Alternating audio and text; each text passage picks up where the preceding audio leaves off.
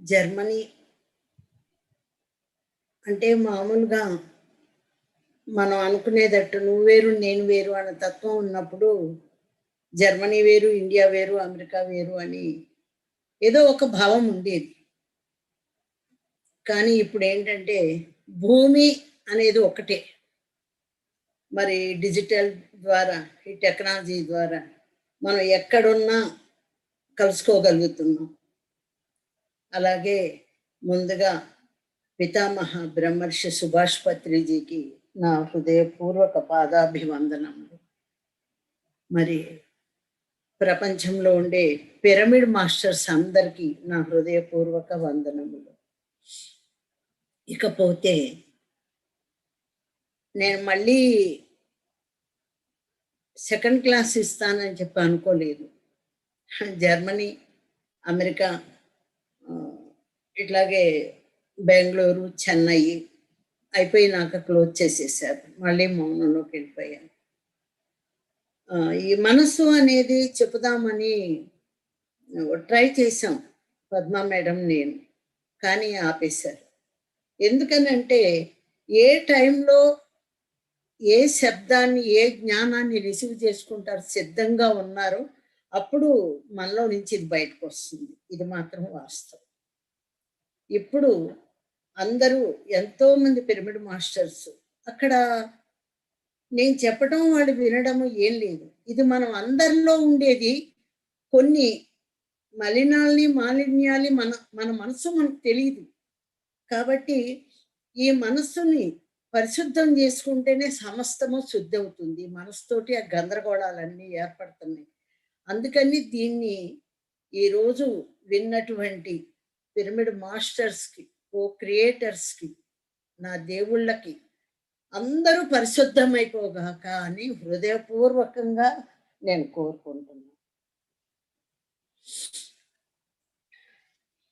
మనం ముందుగా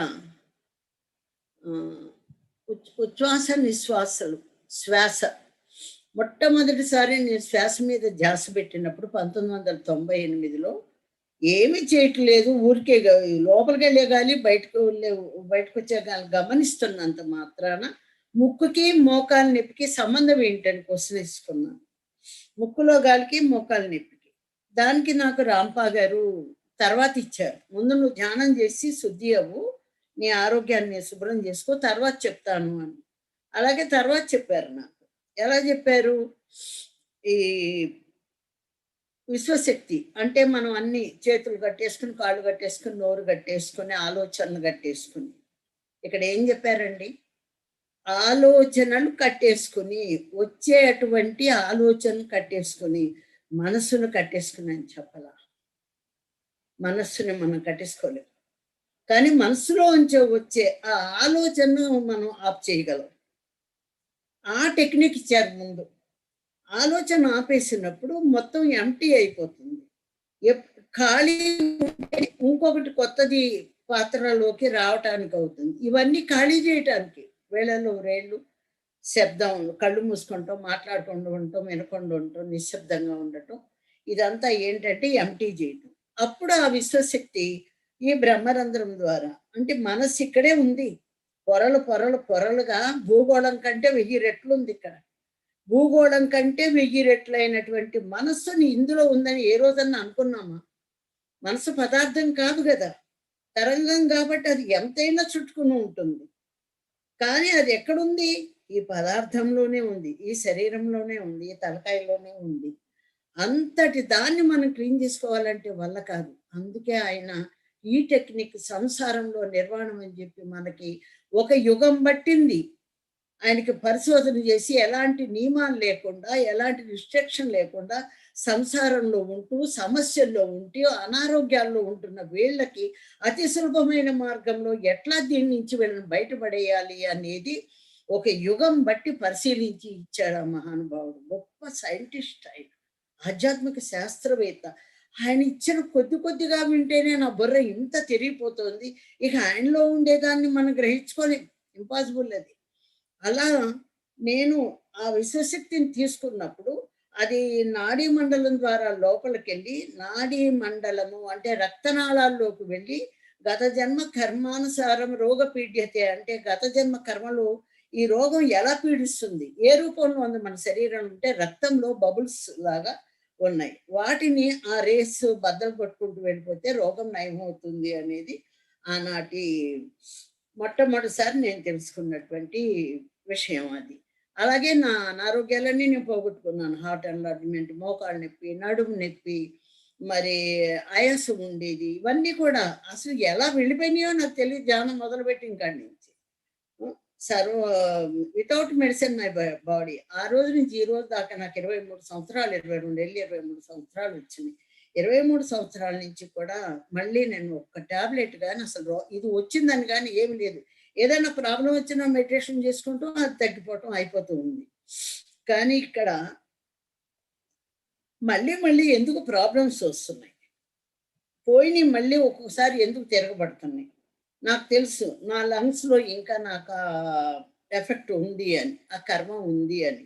అయితే ఆ కర్మని ఎలా క్షయం చేసుకోవాలి అన్నది నేను ఈ సంవత్సరం నుంచి నేను రీసెర్చ్ చేస్తున్నానండి మౌనంలో. ఆ రీసెర్చ్‌కు వచ్చిన ఫలితమే ఈరోజు నేను మీ ముందు ఆ ఫలాన్ని మీకు ఇస్తున్నాను నేను. రీసెర్చ్ చేయకుండా, పైనుంచి మాస్టర్స్ టిక్ పెట్టకుండా, పత్రికారి ఆర్డర్ లేకుండా నేను నోరు విప్పను. ఎందుకంటే మనం చెప్పింది ఒకళ్ళకి మేలు చేయాలి. మేలు చేయకపోతే నోరు మూసుకొని కూర్చోవాలి. ఈ రెండే పాయింట్లు దీంట్లో. ఇప్పుడు ఇదే శ్వాసను నేను మళ్ళీ గమనిస్తూ కూర్చున్నాను. శ్వాసను గమనిస్తున్నప్పుడు నా లోపల ఏమైంది? ఈ ఉచ్ఛ్వాస, నిశ్వాసలు మొత్తం ఈ శరీరం అంతా ఏమీ కనిపించట్లేదు. ఏదో ఒక జ్యోతిలా ఒట్టి ఎయిర్ అట్లా లోపలికి వెళ్ళటం, రావటం అది కూడా స్పర్శ. ఈ శరీరం ఉంటేనే మనకి స్పర్శ తెలుస్తుంది. కానీ ఈ శరీరం కనిపించట్లేదు. ఒట్టి పైప్‌లో నుంచి గాలి వెళ్తున్నట్టు, వస్తున్నట్టు కనపడుతోంది. అది ఎంత పెద్ద పైప్‌లో నుంచి వెళ్ళి, అది ఏదో ఒక పెద్ద మురికిని ఇలా పక్కకి వెళ్ళిపోతున్నట్టు కనపడుతోంది. ఇదేదో కొత్తగా కనపడుతుందని మళ్ళీ మెడిటేషన్‌లో ఆ లోపల కూర్చొని మళ్ళీ రీసెర్చ్ మొదలుపెట్టాను. ఆ లోపలికి నేనెళ్ళి. అక్కడ నాకేం కనిపిస్తోంది? ఉచ్ఛ్వాస, నిశ్వాసలు. ఇక్కడ ఇంతకు మునుపు తెలియని ఒక విషయం నాకేం తెలిసిందంటే, ఈ క్రియేటర్స్ అన్నారు. ఈ భూమి మీద అద్భుతమైన ఒక మానవుడిని సృష్టించి వదిలారు. కానీ ఆ అద్భుతమైన మానవుడు ఎవరు? దేవుడే. ఆ దైవమే. ఆ దైవం ఎలా ఉంటుందంటే అంత ఉచ్చమైన స్థితిలో ఉండే ఆ దైవత్వం, ఆ దైవం క్షీణించిపోయి, మనిషిలో ఆ దైవత్వం క్షీణించిపోయి ఇలా తయారైపోయాడు మనిషి అన్నది తెలిసినప్పుడు దిగ్భ్రాంతి అయిపోయా. అంటే మనం దైవమేనా? మనకు అన్నీ తెలుసా? అన్నీ మనలో ఉన్నాయా? గాల్లో ఎగరగలమా? ఏ లోకం కావాలంటే ఆ లోకం వెళ్ళగలమా? ఇంకొకళ్ళని మనం పరిశుభ్రం చేయగలమా? మరి అన్నీ ఉండి ఏడుపేంటి? ఈ రోగాలేంటి? ఇలా ఏంటంటే మొత్తం లోపల అలా ఉండిపోయినియి. మనం కనీసం ఆ ప్రయత్నం కూడా చేయలేదు. నేనెవరిని, ఏంటన్న ఒక ప్రయత్నం కూడా మనం చేయలేదు. ఇక ఇలాంటి స్థితిలో నాకిదొచ్చింది. ఎట్లా ఇవి క్రియేట్ అవుతున్నాయి? ఒకసారి పత్రికారిని అడిగాను నేను పిరమిడ్ పార్టీ ఆఫ్ ఇండియా అప్పుడు. అడిగితే ఇవన్నీ ఏంటి సార్ ఇవన్నీ? ఎందుకు ఇవన్నీ అన్నెసెసరీ ఇయన్నీ భూమి మీద ఎందుకున్నాయి ఏమిటి అనంటే, దైవము ఒక మంచి కార్యక్రమం కోసం భూమి మీద సృష్టిస్తే ఈ మానవుడు పనికిరాని చెత్తనంతా క్రియేట్ చేశాడు. వాళ్ళు క్రియేట్ చేసిందే ఈ చెత్త అన్నప్పుడు నాకు ఆ రోజు అర్థం కాలేదు. కానీ ఈ రోజు తెలిసిన తర్వాత ఇది నేను చెప్పకుండా ఉండలేకపోతున్నాను. మన ఆలోచనలు ఎలాగో ఫస్ట్ నాకేంటి మురికి అనేది లోపలికి మనకి తెలుసండి. ఆక్సిజన్ ఒకటే గాలి మనం పీల్చుకునేది. లోపలికి వెళ్ళే గాలి మనకి గుండెకి ఆక్సిజన్ ఇస్తోంది. Physical science. మళ్ళీ కార్బన్ డయాక్సైడ్ వదులుతున్నాం. ఈ గాలే లోపలికి వెళ్ళి ప్రాణశక్తిని ఇచ్చి, గుండెని కొట్టుకుంటానికి ఇచ్చి, మళ్ళీ ఇదే గాలి మళ్ళీ మనకు పనికి రాకుండా బయటకొస్తుంది. ఏది పనికి రాకుండా తీసుకొస్తుంది. ఒకే గాలి లోపలికెళ్ళి ఇంత ప్రాణశక్తి మనకిచ్చినప్పుడు మళ్ళీ ఇదెలా వస్తోంది? కార్బన్ డయాక్సైడ్ ఎలా వస్తోంది? ఆ! లోపల ఉండే ఈ మురికిని బయటికి అది మనకు పనికిరాదు. చెట్లకు పనికొస్తుంది. ఓకే. అది నెక్స్ట్ పాయింట్. కానీ ఇప్పుడు నేను చూస్తూ ఉంటే ఎంత పెద్ద గొట్టం ద్వారా ఎక్కడ బయటికెళ్ళిపోతోంది. దగ్ధమైపోతోంది. ఏంటిది? ఎక్కడి నుంచి వెళుతోంది అని చూస్తుంటే, ఈ క్లాసు జరగక మునుపే నాకు 10 రోజుల క్రితమే ఇదొచ్చింది మేడం. ఎలా వచ్చిందంటే, నేను క్లాస్ చెప్తున్నట్టు ప్రపంచ దేశాల్లో ఎవరెవరున్నారో నాకైతే తెలీదు కానీ, మరి ఎంతమంది మానవ శరీరాలు తీసుకున్నటువంటి దేవతలు గాని, తమను తాము మర్చిపోయి ఉన్నటువంటి దేవుళ్ళు గాని, తమను తాము తెలుసుకున్నటువంటి దేవుళ్ళు గాని, అందరూ ప్రపంచం మొత్తం ఒక్కసారి నాకు కనిపిచ్చారు. ఎలా కనిపిచ్చారంటే రూపాలు గాదు, శరీరాలు కాదు. జ్యోతులు ఇంతంత జ్యోతులు చక్కగా ఇలా ఆ జ్యోతులు కనపడుతున్నాయి. ఆ జ్యోతులకి చుట్టూ వాళ్ళ పేర్లు కనపడుతున్నాయి. ఎన్ని లాంగ్వేజెస్ తెలుసా? ఈ ప్రపంచంలో మనకు తెలియని లాంగ్వేజ్‌లతో సహా పేర్లు కనపడుతున్నాయి. అంటే ఈ రోజున ఇంతమంది జ్యోతులు వాళ్ళ మనశ్శుద్ధి కలిగించుకునేటువంటి మనసులో ఉండేటువంటి కల్మషాలన్నీ పోయి, ఆ జ్యోతిలాగా వెలిగే ఈ రోజు వచ్చింది అని జెప్పి, అంత ఆ జ్యోతుల్లాగా కనిపించిన ఆ మాస్టర్స్ అందరికి పాదాభివందనాలు. అసలు ఎంత అద్భుతమైన విజన్ అంటే అది. శరీరాలు చూడటమే మనకు తెలుసు గానీ, ఆ లోపలుండేటువంటి అద్భుతమైన స్థితిని నేను ఇది ఫస్ట్ టైమ్ చూశాను. వాళ్ళందరిని ప్రపంచం మొత్తం ఎంతమందున్నారో నేను చెప్పలేను. ఆ పేర్లు ఏం చదవలేము. అలా వెళ్ళిపోతున్నాయి. రౌండ్ తిరుగుతున్నాయి. రకరకాల లాంగ్వేజెస్ అన్నమాట. హిందీ, ఇంగ్లీష్ మన దేశంలోయే గాదు. ఏంటేంటో లిపిలు. చివరికి ఈజిప్ట్ లిపి కూడా కనిపించింది. అన్ని రకాలుగానన్నమాట.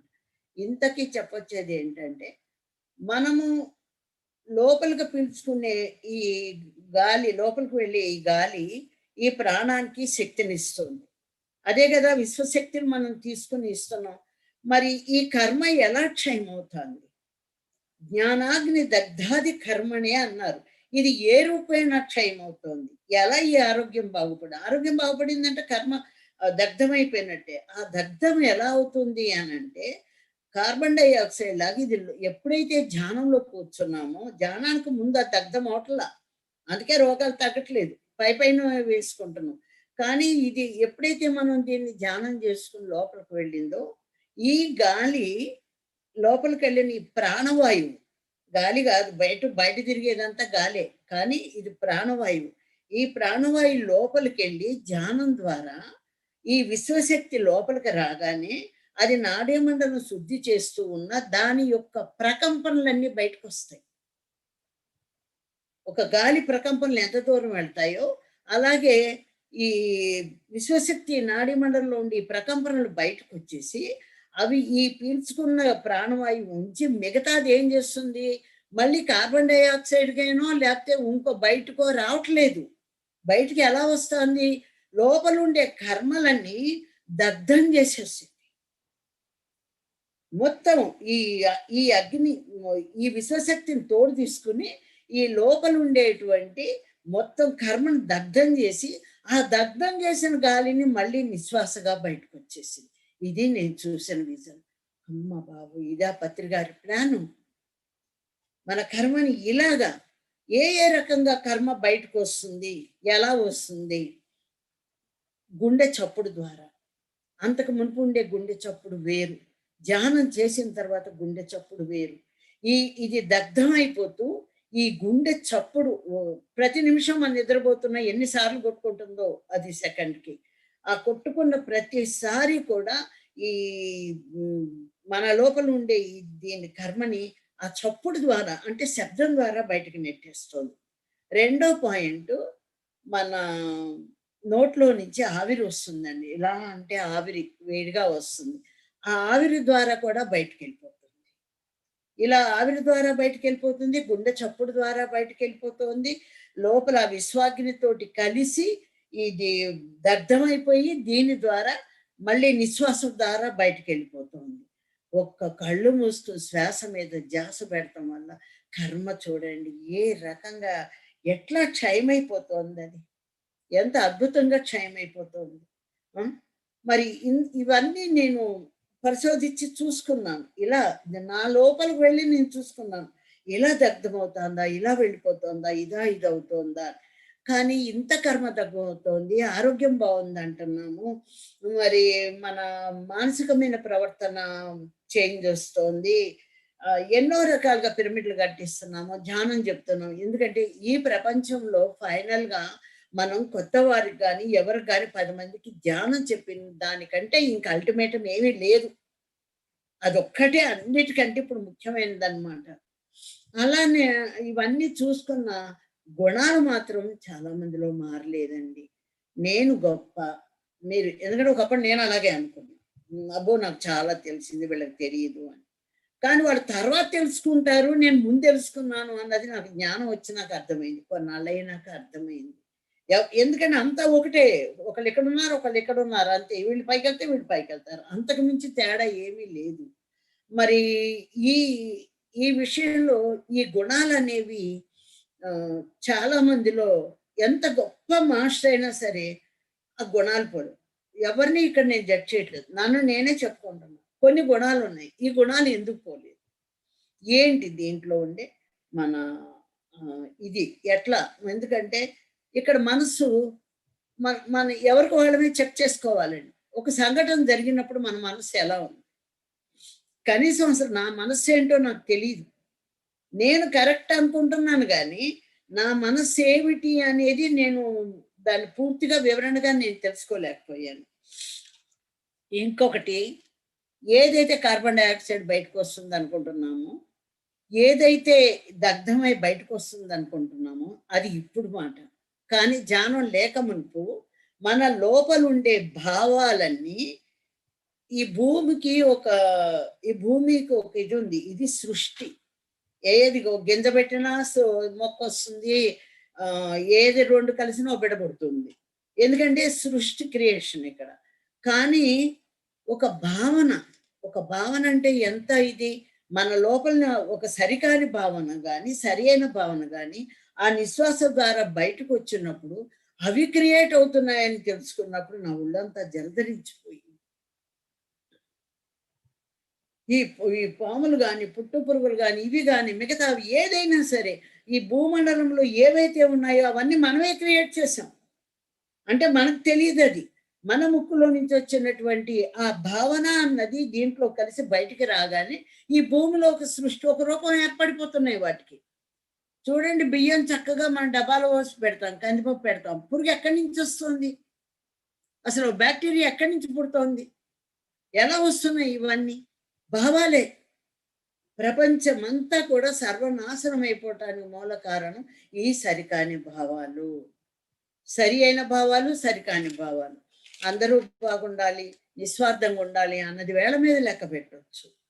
మనం బాగుండాలి, నేను బాగుండాలి, నా మొగుడు బాగుండాలి, నా బిడ్డలు బాగుండాలి, నా చుట్టాలు బాగుండాలి, నా ఊరు బాగుండాలి, నా దేశం, అన్నీ నా నా నానే అని. ఈ నాలో నుంచి జ్ఞానంలోకి వచ్చినాకే మనలోకి వచ్చాం. భూమండలం మొత్తం బాగుంటేనే అందరం బాగుంటాం. నేను బాగుండాలి అనుకుని కూర్చున్నాను, బాగున్నది. మరి వాడు కరోనా వచ్చింది, నా ఇంటికి రావద్దంటే ఊరుకుంటుందా? మొత్తం బాగుండాలి. ఏదైనా మొత్తం మీద ఆలోచన రావాలి. రావాలంటే ఎంత గొప్ప గుణం ఉండాలి. గొప్ప గుణం పక్కన పెట్టండి, దాని అర్థమన్నా మనకు తెలిసి ఉండాలి. ఈ అర్థము ఇక్కడ ఇవన్నీ మనమే సృష్టించాము అన్న విషయం నాకు అర్థమైపోయింది. అదే ధ్యానం. నీకేం తెలియక్కర్లా. నాన్ వెజ్ మానిపించేసి ధ్యానం చెప్పండి చాలు.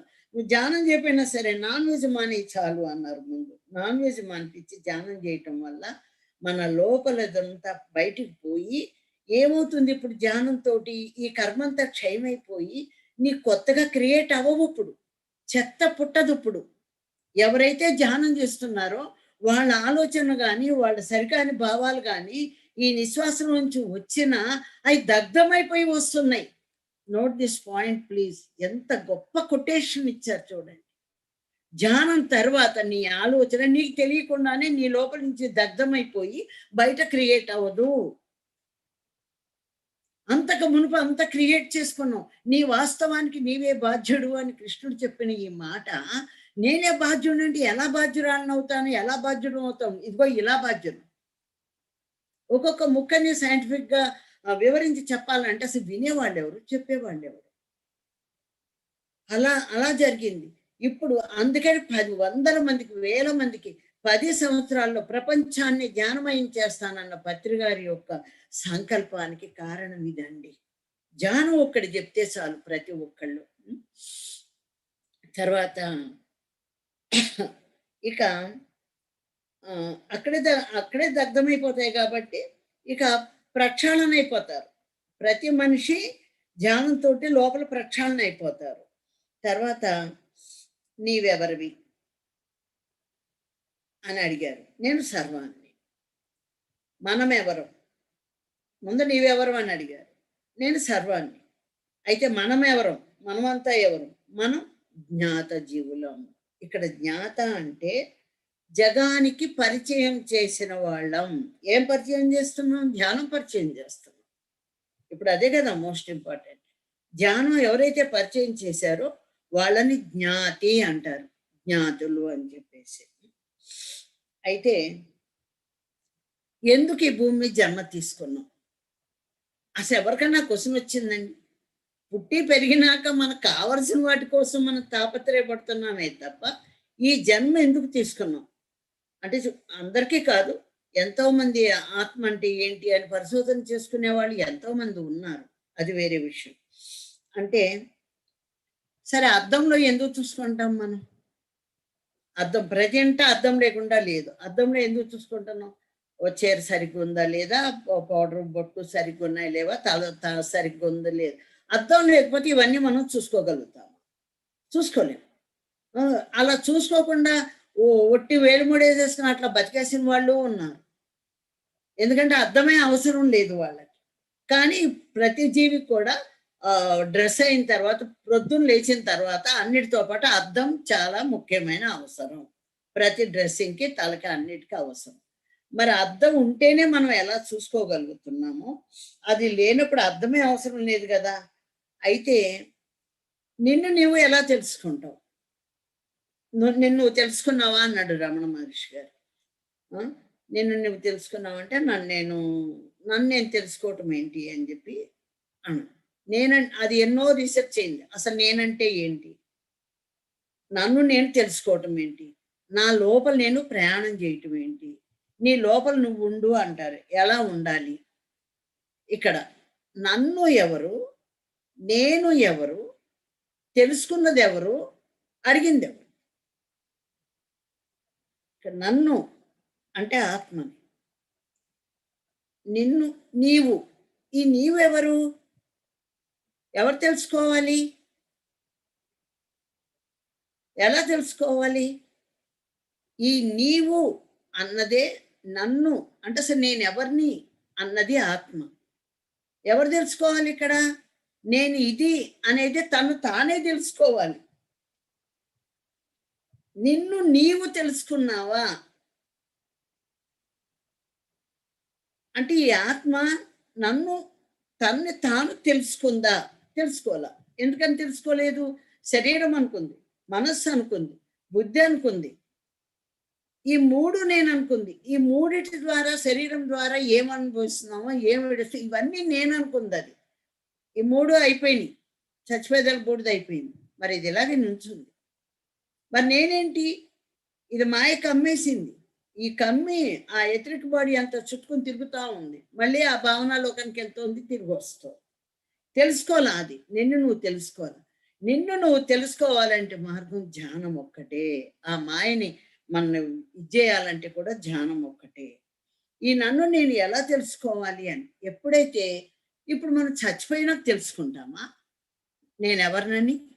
బతికున్నప్పుడే తెలుసుకోవాలి. ఎలా తెలుసుకోవాలి? ఈ శరీరానికి కావాల్సినవి ఇమ్మన్నారు. ఏమేం కావాలో అన్నీ కావాలి. కుటుంబం ఉంది కదా, అన్నీ కావాలి. ఆకలి ఎట్లేదా అన్నీ ఇవ్వాలి. కానీ ఏమి ఇవ్వాలి?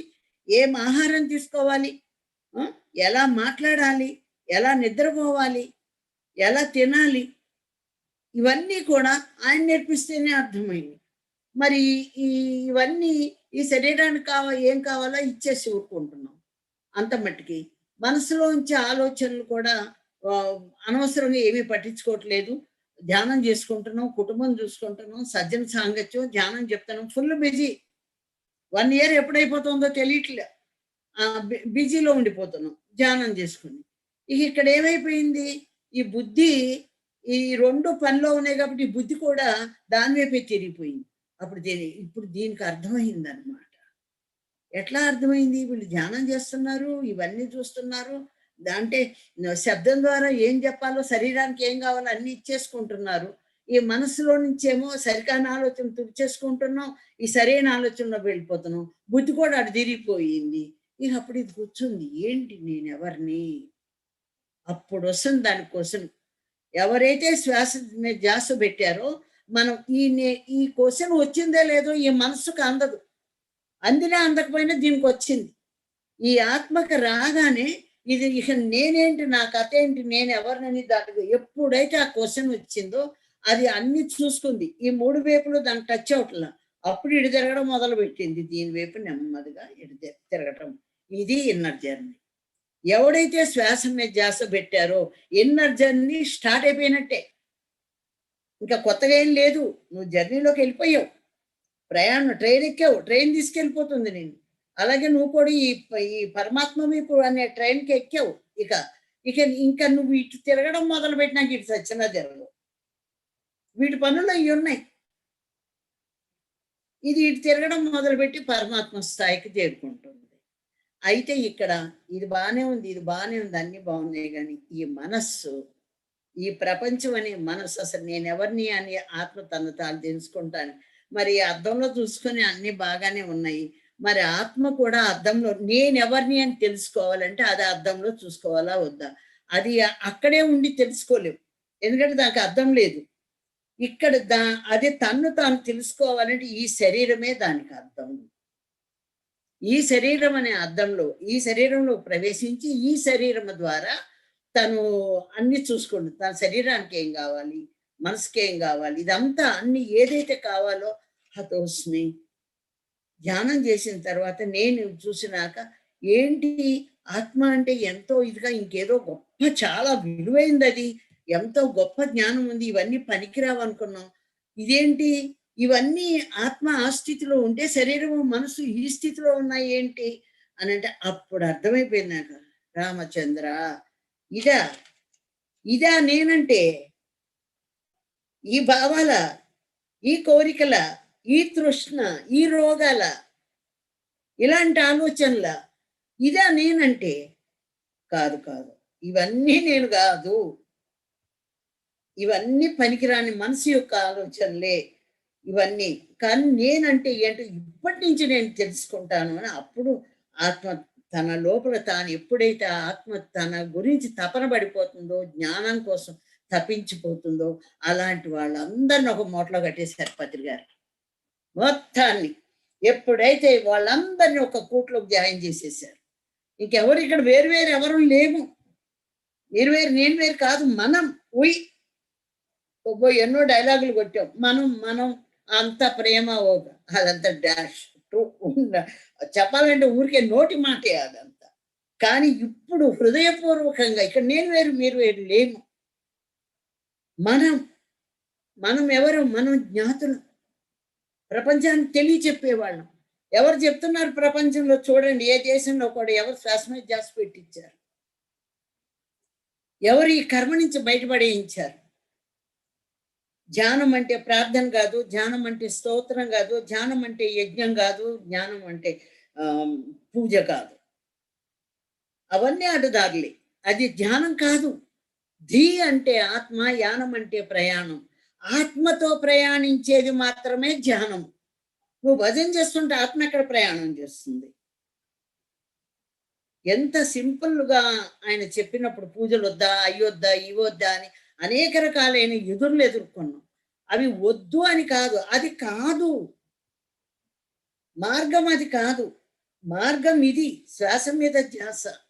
ఇలా ఈ ఆత్మ అనేది తన అర్థంలోకి వచ్చి తనను తాను చూసుకుని, నేను ఇలా ఉన్నాను, ఇలా మురికి పట్టిపోయి ఉన్నాను, ఇలా మురికి ఆలోచనతో ఉన్నాను, ఇది కాదు నేను అనేది ఏంటి నేను తెలుసుకోవాలని దాని ప్రయాణం అది మొదలు పెడుతుందండి. ప్రతి ఒక్కరికి జరుగుతుంది, కాకపోతే కొద్దిగా ముందు వెనక తేడాతో ఉంటుంది.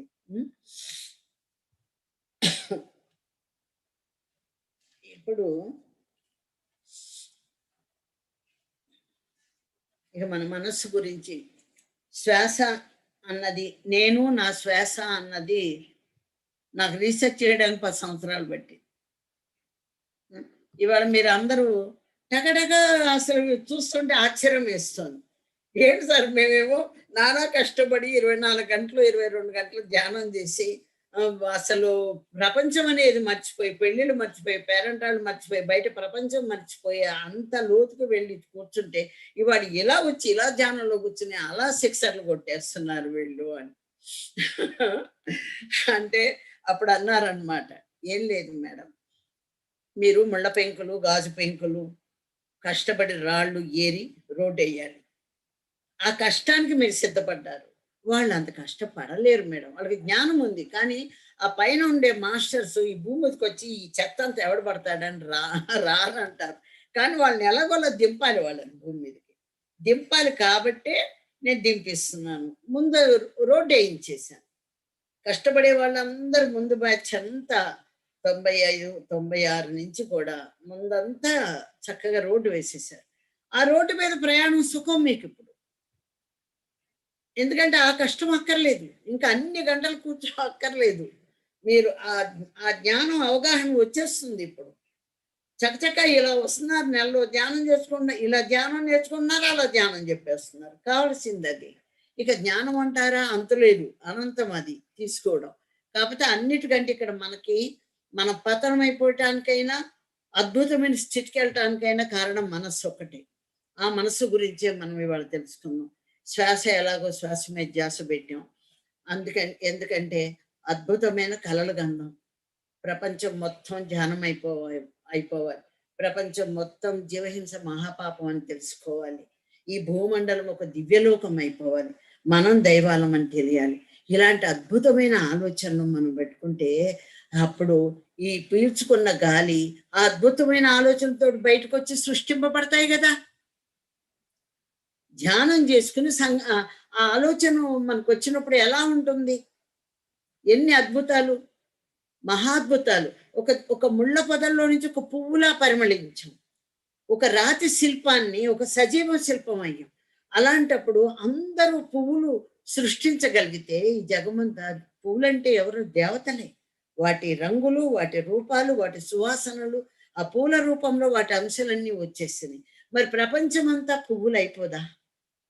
ప్రతి ఒక్కళ్ళు పువ్వులు చెయ్యాలి అన్న ఆ థాట్, ఆ ఆలోచన వస్తుంటేనే, ఇప్పుడు నేను చెప్తుంటేనే ప్రపంచమంతా పువ్వులు అయిపోవాలి, నందన వనాలు అయిపోవాలి, ఉద్యాన వనాలు అయిపోవాలి.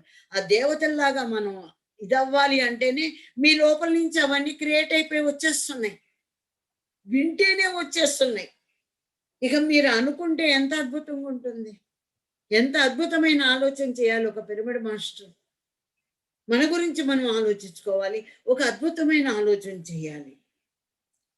పత్రి గారు ఎంత మందిని ఎలా భరిస్తున్నారంటే వాళ్ళలో మైనస్ పాయింట్ ఆయన చూడరు. ఎందుకంటే ఆ గుణాలు ఎలా ఉన్నాయో ఆయనకి తెలుసు. ప్రతి ఒక్కరిలో గుణాలు ఎలా ఉన్నాయో తెలుసు.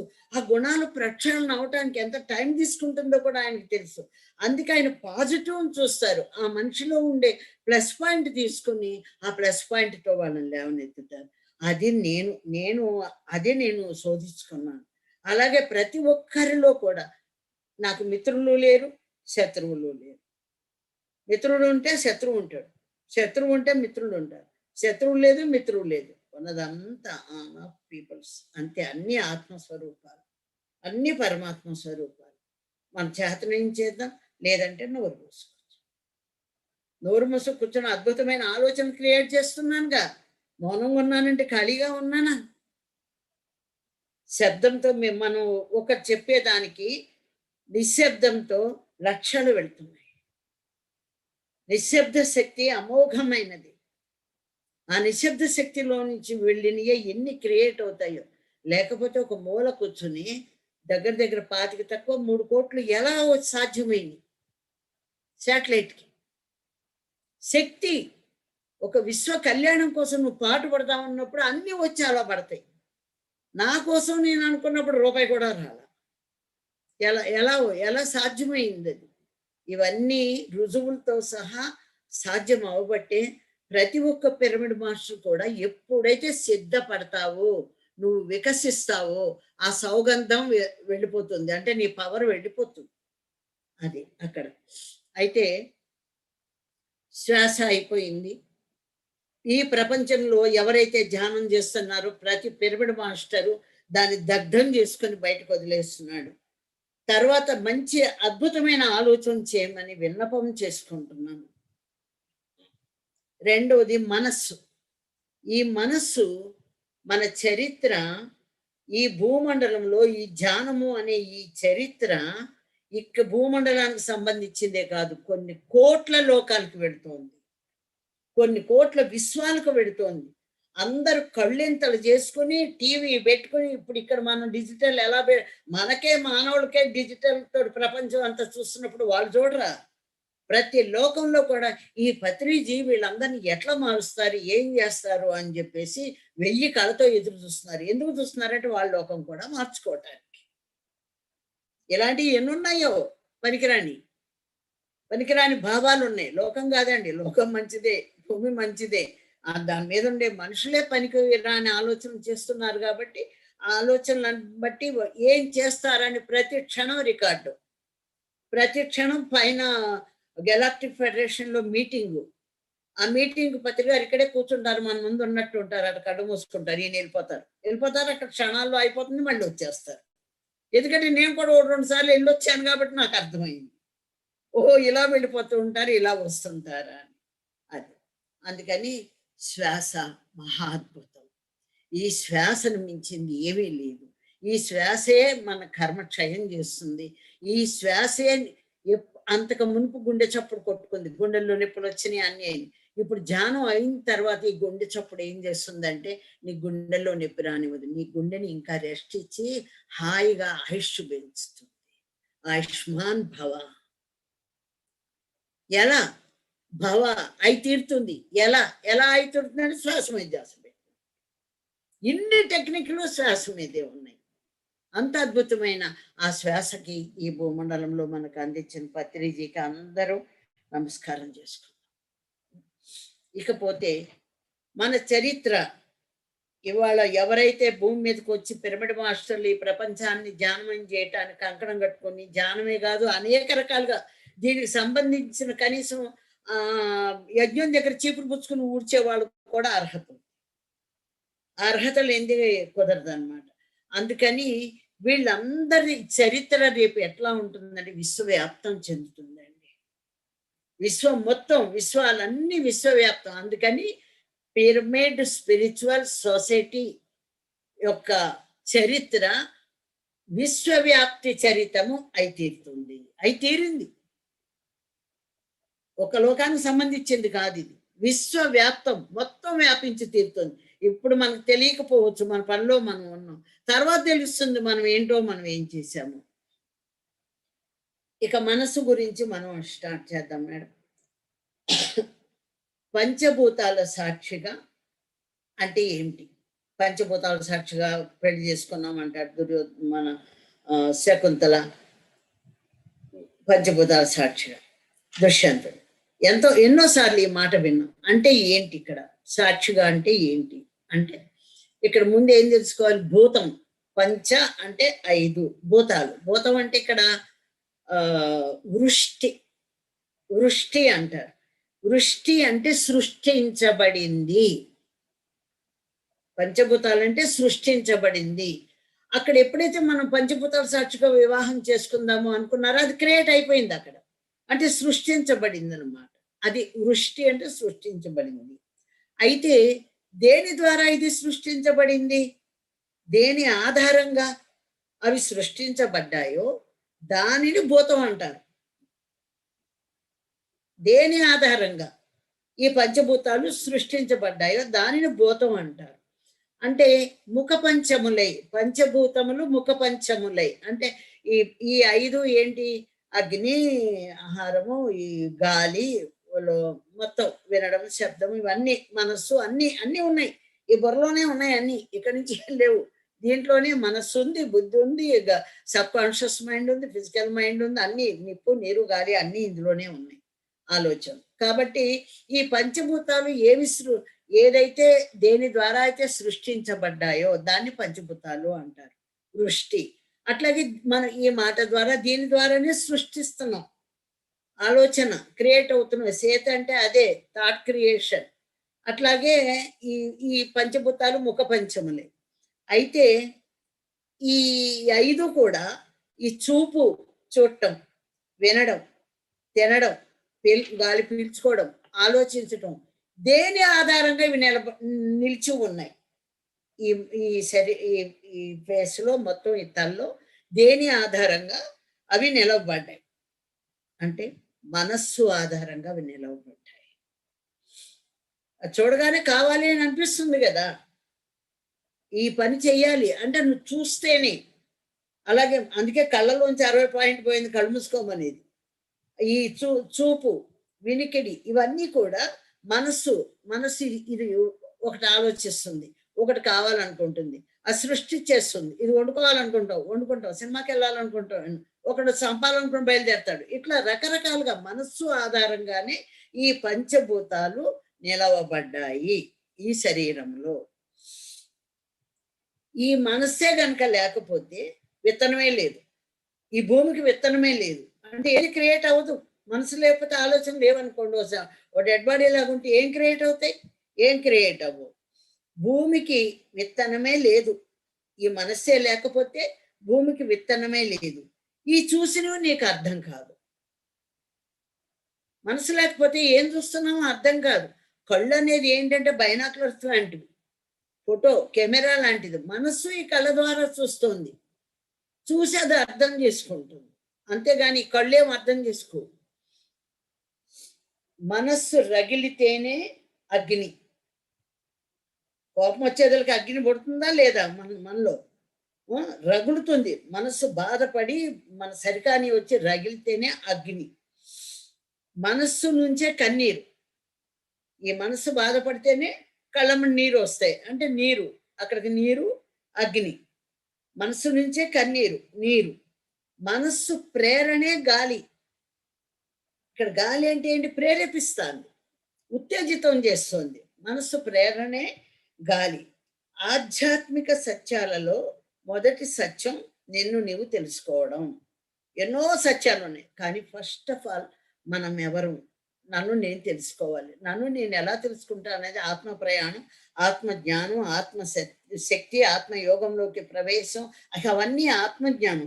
కానీ ఇక్కడ మనస్సు కూడా ఈ తెలుసుకోవాలి ఇవన్నీ. అందుకని ఈ ఆధ్యాత్మికంగా ఎన్నో సత్యాలు ఉన్నాయి. సత్యం ఒకటి కాదు. దాంట్లో మొట్టమొదటి సత్యం ఏంటంటే నిన్ను నువ్వు తెలుసుకోవడం. నిన్ను నువ్వు తెలుసుకోవాలంటే శ్వాస, గాలి, మళ్ళీ శ్వాసలోకి వెళ్ళింది. నిన్ను నువ్వు తెలుసుకోవాలంటే, నీవు ధ్యానం చేయాలంటే మనస్సు ప్రేరేపించాలి. ఎంతమంది ధ్యానం ఎంతో మంది చెప్తున్నాం, ఏదో వింటున్నారు, కాసేపు చేస్తారు, కొంతమంది వెళ్ళిపోతారు. ఎందుకంటే వాళ్ళకి మనస్సు ప్రేరేపించట్లా. ఇక్కడ మనం ఎప్పుడైతే ధ్యానాన్ని పట్టుకున్నామో ఇంకా మనం వదలట్లేదు. అంటే మనసు ప్రేరేపిస్తోంది. అమ్మ ఇంకా చెయ్యాలి, ఇంకా చేయాలి. అంటే మనస్సు ఒప్పుకుంటేనే మనం ధ్యానం చేసాం చూడండి ఇక్కడ. మళ్ళీ మనస్సు ఎంత గొప్పదయింది. ఇదే మనసు బాధ పెట్టింది, తిప్పుతాంది. ఇదే మనసు మనల్ని ప్రేరేపించింది. చెయ్యి, ధ్యానం చేయి, టైం అయిపోయింది, ధ్యానం చేయాలి. అమ్మో అక్కడ క్లాస్ మొదలవుతుంది, వెళ్ళాలి. అమ్మో అక్కడ యజ్ఞం మొదలు పెడుతోంది, వెళ్ళాలి. అమ్మో పత్రికారు దీంట్లో చెప్తున్నారు, వినాలి. ఇదేంటి ఇవన్నీ ఏది చేయిస్తున్నాయమన్నీ? మనస్సు. అందరికంది ఒకటే మనస్సు. కానీ కొంతమందికి ప్రేరేపిస్తోంది, కొంతమందికి ప్రేరేపించట్లా. మనస్సు ప్రేరేపణే ఇక్కడ. నువ్వు ధ్యానం చెయ్యాలంటే మనస్సు ప్రేరేపించాలి. మనస్సు ఆకాశంతో పోల్చారు. ఎందుకని మనస్సును ఆకాశంతో పోల్చారు? భూమికి కొలత చెప్తాం. గీజా పిరమిడ్ దగ్గర నుంచి భూమి మధ్య రేఖ నుంచి ఇంత ఉంది, అంత ఉంది అని కొలత చెప్తాం. ఆకాశాన్ని కొలత చెప్తామా? కొలుస్తామా? కొలవలేం కదా. అందుకని మనస్సును కూడా కొలవలేం. అది ఎట్లా ఉంటుందో, ఏం చేస్తుందో, ఎలా దాన్ని కొలవలేం, ఐడెంటిఫై చేయలేం. అందుకని మనస్సు ఆకాశంతో. విశాలమైన వక్షస్థలము గలవాడా.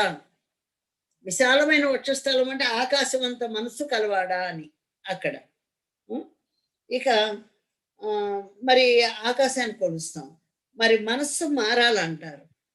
నీ మనస్సు సరిగ్గా లేదు. నువ్వు మనస్సు మారాలి అంటారు. ఎలా మారుతుంది? ఒక మనసు మార్చడం అంటే సామాన్యమా? ఆ! అది. ఇలాంటి ఇంత అద్భుతమైన మనస్సుకి శాంతి కావాలా వద్దా? శాంతిగా ఉంటేనే గదా మనకి ఎంత ఆనందము, సంతోషము వచ్చేది. శాంతి లేకుండా అలజడులుండో, మనకేదో ఒకటి సమస్యలుండో, బీభత్సమైన కొన్ని ఉంటే మనకి శాంతి ఎక్కడి నుంచొస్తుంది? అందుకని మనసుకు తప్పనిసరిగా శాంతి కావాలి. హ్మ్. మరి శాంతి అంటే ఇక్కడ మనసుకు కాంతి కావాలి ముందు. కాంతి వస్తేనే శాంతి వస్తుంది. అది. హ్మ్. కాంతి, శాంతి. మనస్సుకి కాంతి, శాంతి కావాలి. ఎంత చక్కటి ఉపమానం చెప్పారు చూడండి. హ్మ్. మనసుకు శాంతి కావాలా? వద్దా? మనందరికీ కావాలి. ప్రపంచమంతా కావాలి. మనసుకు శాంతి ఉంటేనే ఏదైనా వచ్చేది. ఈ మనస్సుకి ఇంకోటి కూడా కావాలండి. సృష్టి కూడా కావాలి. ప్రపంచం మీద ధ్యాస పడిపోయి, మన పదార్థాల మీద ధ్యాస పడిపోయి, ఈ సృష్టి మనసుకు సృష్టి కావాలి అన్న విషయం మనకు తెలీదు. మనసుకి సృష్టి కూడా కావాలి. సృష్టి, సృష్టి అంటే ఏంటంటే, ఈ ఈ భూమి మీద ఏవైతే పుట్టి ఉన్నాయో, ఈ సృష్టిలోని అందాలన్నీ కావాలి దానికి. మరి సూర్యోదయం, చంద్రోదయం, మరి సూర్యాస్తమయం, చక్కటి పూలు, ఉద్యానవనాలు, ప్రపంచంలో జలపాతాలు, ఈ అందాలన్నీ కావాలి దానికి. ఏది చూడటం. మన కంటి ముందు పౌర్ణమి రోజు చంద్రుడిని చూడటం కూడా లేదు. ముసుగులన్నీ పడుకుంటాం. పౌర్ణమి జానాలు పత్రిక చెప్పేదాకా ఫుల్ నైట్ కూర్చోవటం తెలీదు. కాస్త పల్లెటూరులో ఉండేవాళ్ళం నయ్యం. కనీసం కొబ్బరాకుల్లోని చందమామ ఎంత బాగుందన్నా అనుకున్నాం. ఇంట్లో ఇచ్చుకోకుండా.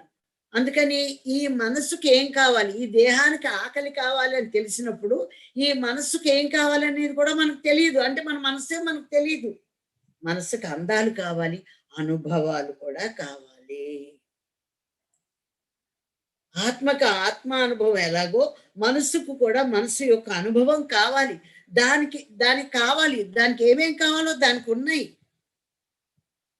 ఆకాశం అంతటిది మనస్సు ఈ శరీరంలోకి వచ్చినప్పుడు దానికి ఈ ఈ ప్రపంచంలో ఉండే సృష్టింపబడ్డటువంటి మనమేం సృష్టిస్తలా. అయన్నీ సృష్టింపబడ్డటువంటి అందాలు కావాలి, అనుభవాలు కావాలి. అక్కడికెళ్ళి నువ్వు చూస్తే ఆ జలపాతంలో స్నానం చేస్తే కదా నీకు ఆ ఎంజాయ్‌మెంట్. ఆ నదిలో, సముద్రంలో స్నానం చేస్తే గదా! అదే అనుభవం. ఆ అందము, అనుభవము, ఆనందము. అవి 3. ఇవన్నీ మనసుకు కావాలి. మనసుకు కావాలి అన్నది నోట్ దిస్ పాయింట్. ఈ సృష్టిలో ఉందది.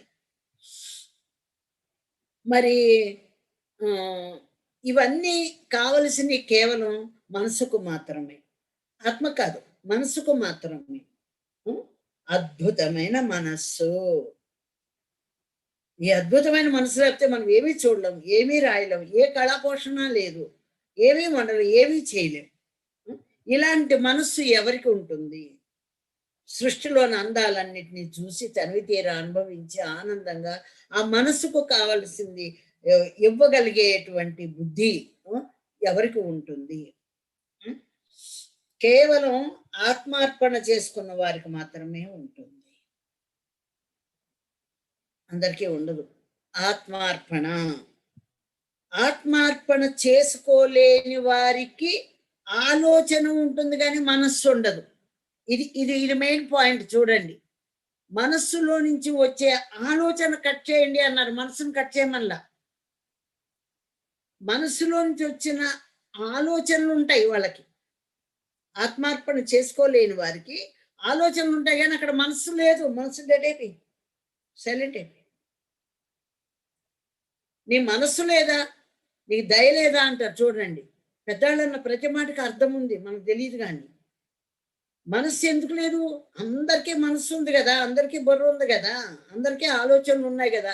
మనస్సు లేకపోవడానికి కారణం ఏంటి? అంటే వీళ్ళు కేవలం ఆలోచనల్లోనే ఉంటున్నారు. గతంలో ఆలోచనలు, భవిష్యత్ ఆలోచనలు, లేకపోతే ఈ ఆలోచనలో ఉంటున్నారు గానీ మనస్సును పట్టించుకోలేదు. అది పాయింట్ ఇక్కడ. ఆత్మార్పణ చేసుకోలేని వారికి ఆలోచన ఉంటుంది. మనస్సుండదు. Note this point. Main point ఇది. ఆత్మార్పణ అంటే ఏంటి? సర్వము నీవే, మొత్తం నేనే. ఇప్పుడు ఈ వింటున్న వాళ్ళు నేనే, ఈ చెట్లు నేనే, పుట్టలు నేనే, అంతా నేనే. సర్వము నీవే, సత్యం నీవే. సత్యం నువ్వే. ఇంకెక్కడో మనం పరిగెట్టుకెళ్ళి సత్యం అంటే ఏంటి, ఎక్కడుంది పుస్తకాల్లోనూ గొళ్ళల్లోనూ గోపురాల్లో లేదు. నువ్వే సత్యానివి. నిన్ను నువ్వు తెలుసుకోలేకపోతున్నావు. కారణం అంటే నేను సత్యాన్ని కాదు, నేను అబద్ధాలు కోరిని లేకపోతే వ్యాపారిని ఇది అనుకుంటున్నావు.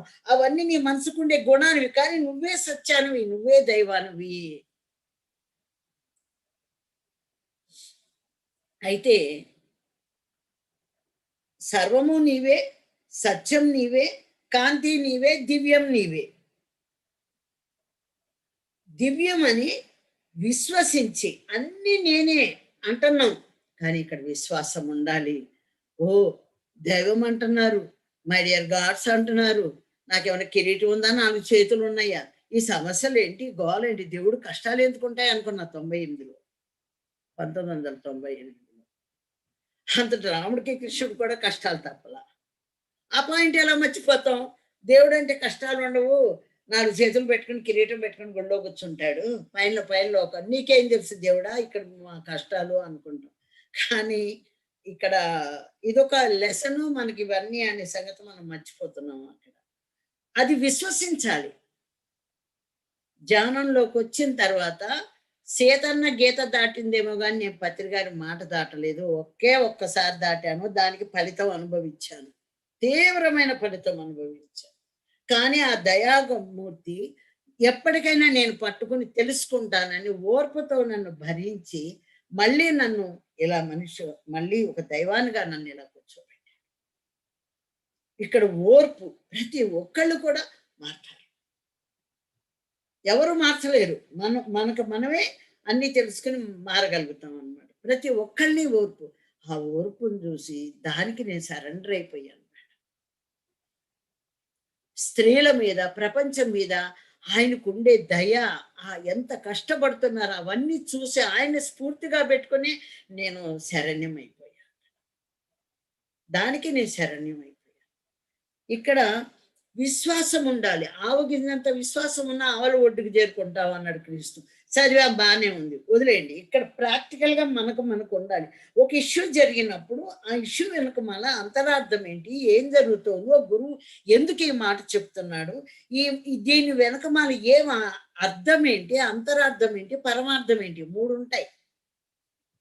ఇలా ఆలోచన నాకు తెలిస్తే దాన్ని నేను మాట్లాడాలి, తెలియకపోతే నోరు మూసుకుని కూర్చోవాలి, దాన్ని తెలుసుకోవడానికి ప్రయత్నించాలి అన్నది విశ్వాసము. అలా కాకుండా మనకుండే ఈ మనస్సు యొక్క ఆలోచనలు వచ్చేసి చూసారా, ఈ మనస్సుతో ఆలోచిస్తే మీకు సత్యం దొరుకుతుంది. కానీ మనసులో ఉంచి సరికాని ఆలోచనలు వచ్చేసినాయే, ఆ ఆలోచనకి దీన్ని జాయింట్ అయిపోతే జడ్జిమెంట్ చేసేస్తుంది. అక్కడ జడ్జిమెంట్ వస్తుంది. ఎందుకంటే నువ్వు ఆలోచనలో ఉన్నావు, మనసులో లేవు. ఎప్పుడైతే నువ్వు విశ్వసించావో మనస్సులో ఉంటావు. బా ఏం పాయింట్ చెప్పారండి, పగిలిపోయింది ఇది. ఒక్కొక్క వాక్యం ఆయన చెప్తుంటే నేను ఆ లోపల విని, ఆ లోపల జరిగే క్రియలు చూస్తుంటే ఎప్పుడు బయటకు వచ్చి ప్రపంచం అంతా ఎలుగెత్తు చాటాలా, మీరు దైవాలు, మీరు ఇలా కడుక్కోవచ్చు, మనకి ఏం అక్కర్లేదు ఇవన్నీను అని చెప్పి ఎప్పుడు చాటాలా అని పద్మ మేడం నేను ఏడ్చేవాడు. ఇవాళ పుంకాలుగా జాన్లు వస్తుంటే మేము సంతోషపడ్డట్టు మీ అందరినీ చూసి ఇంకెవరూ లేరు. ఎందుకంటే ఏడ్చిన వాళ్ళం మేమే కాబట్టి. ఆ రోజు ఎప్పుడు ఆయన గుర్తిస్తారు, ఆ దైవమే సాక్షాత్ ఈ భూమి మీద అడుగు పెట్టింది. అసలు ఇక్కడ అడుగు పెట్టాల్సిన అవసరం లేదు ఆయనకి, కానీ ఎంత దయ ఉంటే వీళ్ళందరినీ ఉద్ధరించడానికి ఆయన అడుగు పెట్టారని ఆ రోజులు మేము తెలుసుకున్నప్పుడు ఆయన ఎట్లా శకములు దాటి వచ్చిన వాడవని ఈ జనులు నిన్ను గుర్తించరో ఏమో అని ఏడ్చాం. వీళ్ళంతా మిమ్మల్ని గుర్తుపట్టరో ఏమో. ఇవాళ కుప్పలు ఇవాళ పత్రికను మాకు సెకండ్ చుట్టానికి మాకే దొరకట్లేదు. మీరే అదృష్టవంతులు. అదే అన్నమాట విశ్వాసం. నీ మీద నీకు విశ్వాసం, నీ ధ్యానం మీద నీకు విశ్వాసం, నీ మనస్సు మీద నీకు విశ్వాసం, నీ కుటుంబం మీద నీకు విశ్వాసం, నీ ఆత్మ మీద నీకు విశ్వాసం. విశ్వాసంలో 100కి 5 మార్కులు వచ్చినాయా, 20 మార్కులు వచ్చినాయా, 50 మార్కులు వచ్చినాయా, 100కు 100 మార్కులు వచ్చినాయా, తేడా ఉంటుంది. నాకు విశ్వాసం ఉందని నోటి పలుకులు వద్దు. మనం ఎవరికి రుజువు అక్కర్లేదు. మనకు మనం రుజువు ఇచ్చుకోవాలి. నేను విశ్వసిస్తున్నానా లేదా? విశ్వసించి ఏంటి, నేనే కాంతిని, నేనే దైవాన్ని, నేనే సత్యానని, నేను ఇదంతా అని నువ్వు ఎప్పుడైతే విశ్వసించావో అప్పుడు నువ్వు సరెండర్ అవ్వడం అనేది వస్తుంది. అప్పుడు సరెండర్ అయిపోతావు. నువ్వు విశ్వాసం ఉందంటే నువ్వు సరెండర్ అయిపోతావు, దైవానికి సరెండర్ అయిపోతావు. అక్కడ ఆ మహాజ్ఞానం మనకు కావాలంటే ఆత్మ సత్యానికి అంకితం అవ్వాలి. ఆ మహాజ్ఞానం మనకు కావాలి. నేను ఇది ఆ జ్ఞానం కావాలి అంటే ఈ ఆత్మ సత్యానికి అంకితం అవ్వాలి.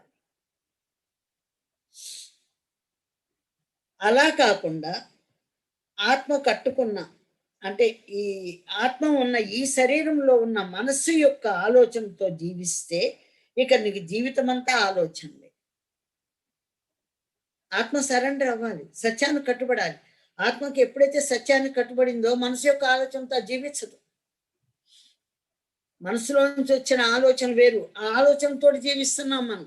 నువ్వు ఆత్మవై ఉండి మనస్సుతో జీవిస్తున్నావు రామచంద్ర. నువ్వు ఆత్మవై ఉన్నావు, శరీరం నువ్వు కాదు. శరీరం కొడితే ఒక నొప్పి, శరీరానికి ఆలోచనలు ఉండవు. మనస్సుకు నువ్వు అన్న మాటలు తీసుకుంటే బాధ. ఇక్కడ బాధ లేదు, అవమానం లేదు, మానవం లేదు, ఎయ్యి లేవు.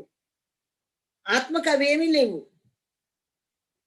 బుద్ధుడు ముఖం మీద ఎవరో వచ్చి ఉమ్మేస్తే ఆనందుడు రగిలిపోయాడు. బుద్ధుడు అన్నాడు, నాయనా నన్ను ఇంకా నేను పరీక్ష చేసుకోవడానికి నాకు వస్తున్నాయి, నేను హ్యాపీగానే ఉన్నాను. అలాగే మరి ఆనందుడు రగిలిపోతున్నాడు పక్కన. అక్కడ మనస్సుతో రగులుతున్నావు నువ్వు, ఆత్మ రగలదు. ఆత్మ ఏమో జ్ఞానంతో ఆలోచిస్తోంది. ఆత్మ జ్ఞానంతో నువ్వు ఉన్నప్పుడు ఆత్మ జ్ఞానంతో నువ్వు బ్రతుకుతావు. అదే కనుక ఆత్మ సత్యానికి సరెండర్ అవ్వలేదనుకో, మనసులో ఉండే ఆలోచనతో బతుకుతున్నాం. ఈ తేడా మన నిత్య జీవితంలో నిరంతరం మనం గమనించుకోవాలి. నేను మనసుతో ఆలోచిస్తున్నానా, ఆత్మ యొక్క దీంతో నేను బ్రతుకుతున్నాను. అట్లా ఆలోచనతో జీవిస్తే ఇక నీకు జీవితం అంతా ఆలోచనలే. అవి సరికానివో తెలియదు, సరైనవో తెలియదు. ఓ సంఘటన వస్తుంది, దానికి తగ్గట్టు చేసేస్తాం. ఇది సరి అయిన పనా, నేను ఎంత మట్టి చేయాలని మనకు తెలియదు, తెలియక చేసేస్తాం. అందుకని చుక్కాని లేని నావల మన జీవితం సాగిపోతుంది. ఆలోచనలో కొట్టుకుపోతూ ఉంటాం. ఏదైనా ఒక్క మాట చెప్తే ఇక్కడి నుంచి నా ఆలోచన అమెరికా వెళ్ళిపోతుంది. సెకండ్లో 1000 వంతులు అమెరికా వెళ్ళిపోయింది అంటే అది ఎంత వేగంగా వెళ్ళిపోతుందో చూడండి ఆలోచన. సరికాని ఆలోచనలు అంటే సరి అయిన ఆలోచనలు అంతే. అదే ఆత్మజ్ఞానంతో ఉన్నామనుకోండి, ఆ సత్యంలో మనం ఉన్నామనుకోండి, ఈ ఆలోచన వస్తుంది. ఇది సరికాని ఆలోచన ఇస్తున్నావు మనసా, ఆపు, నువ్వు అక్కడ ఆపు, ముందు ఇదేంటో నేను చూసుకొని. ఇది ఆత్మ యొక్క హెచ్చరిక, బుద్ధి యొక్క హెచ్చరిక.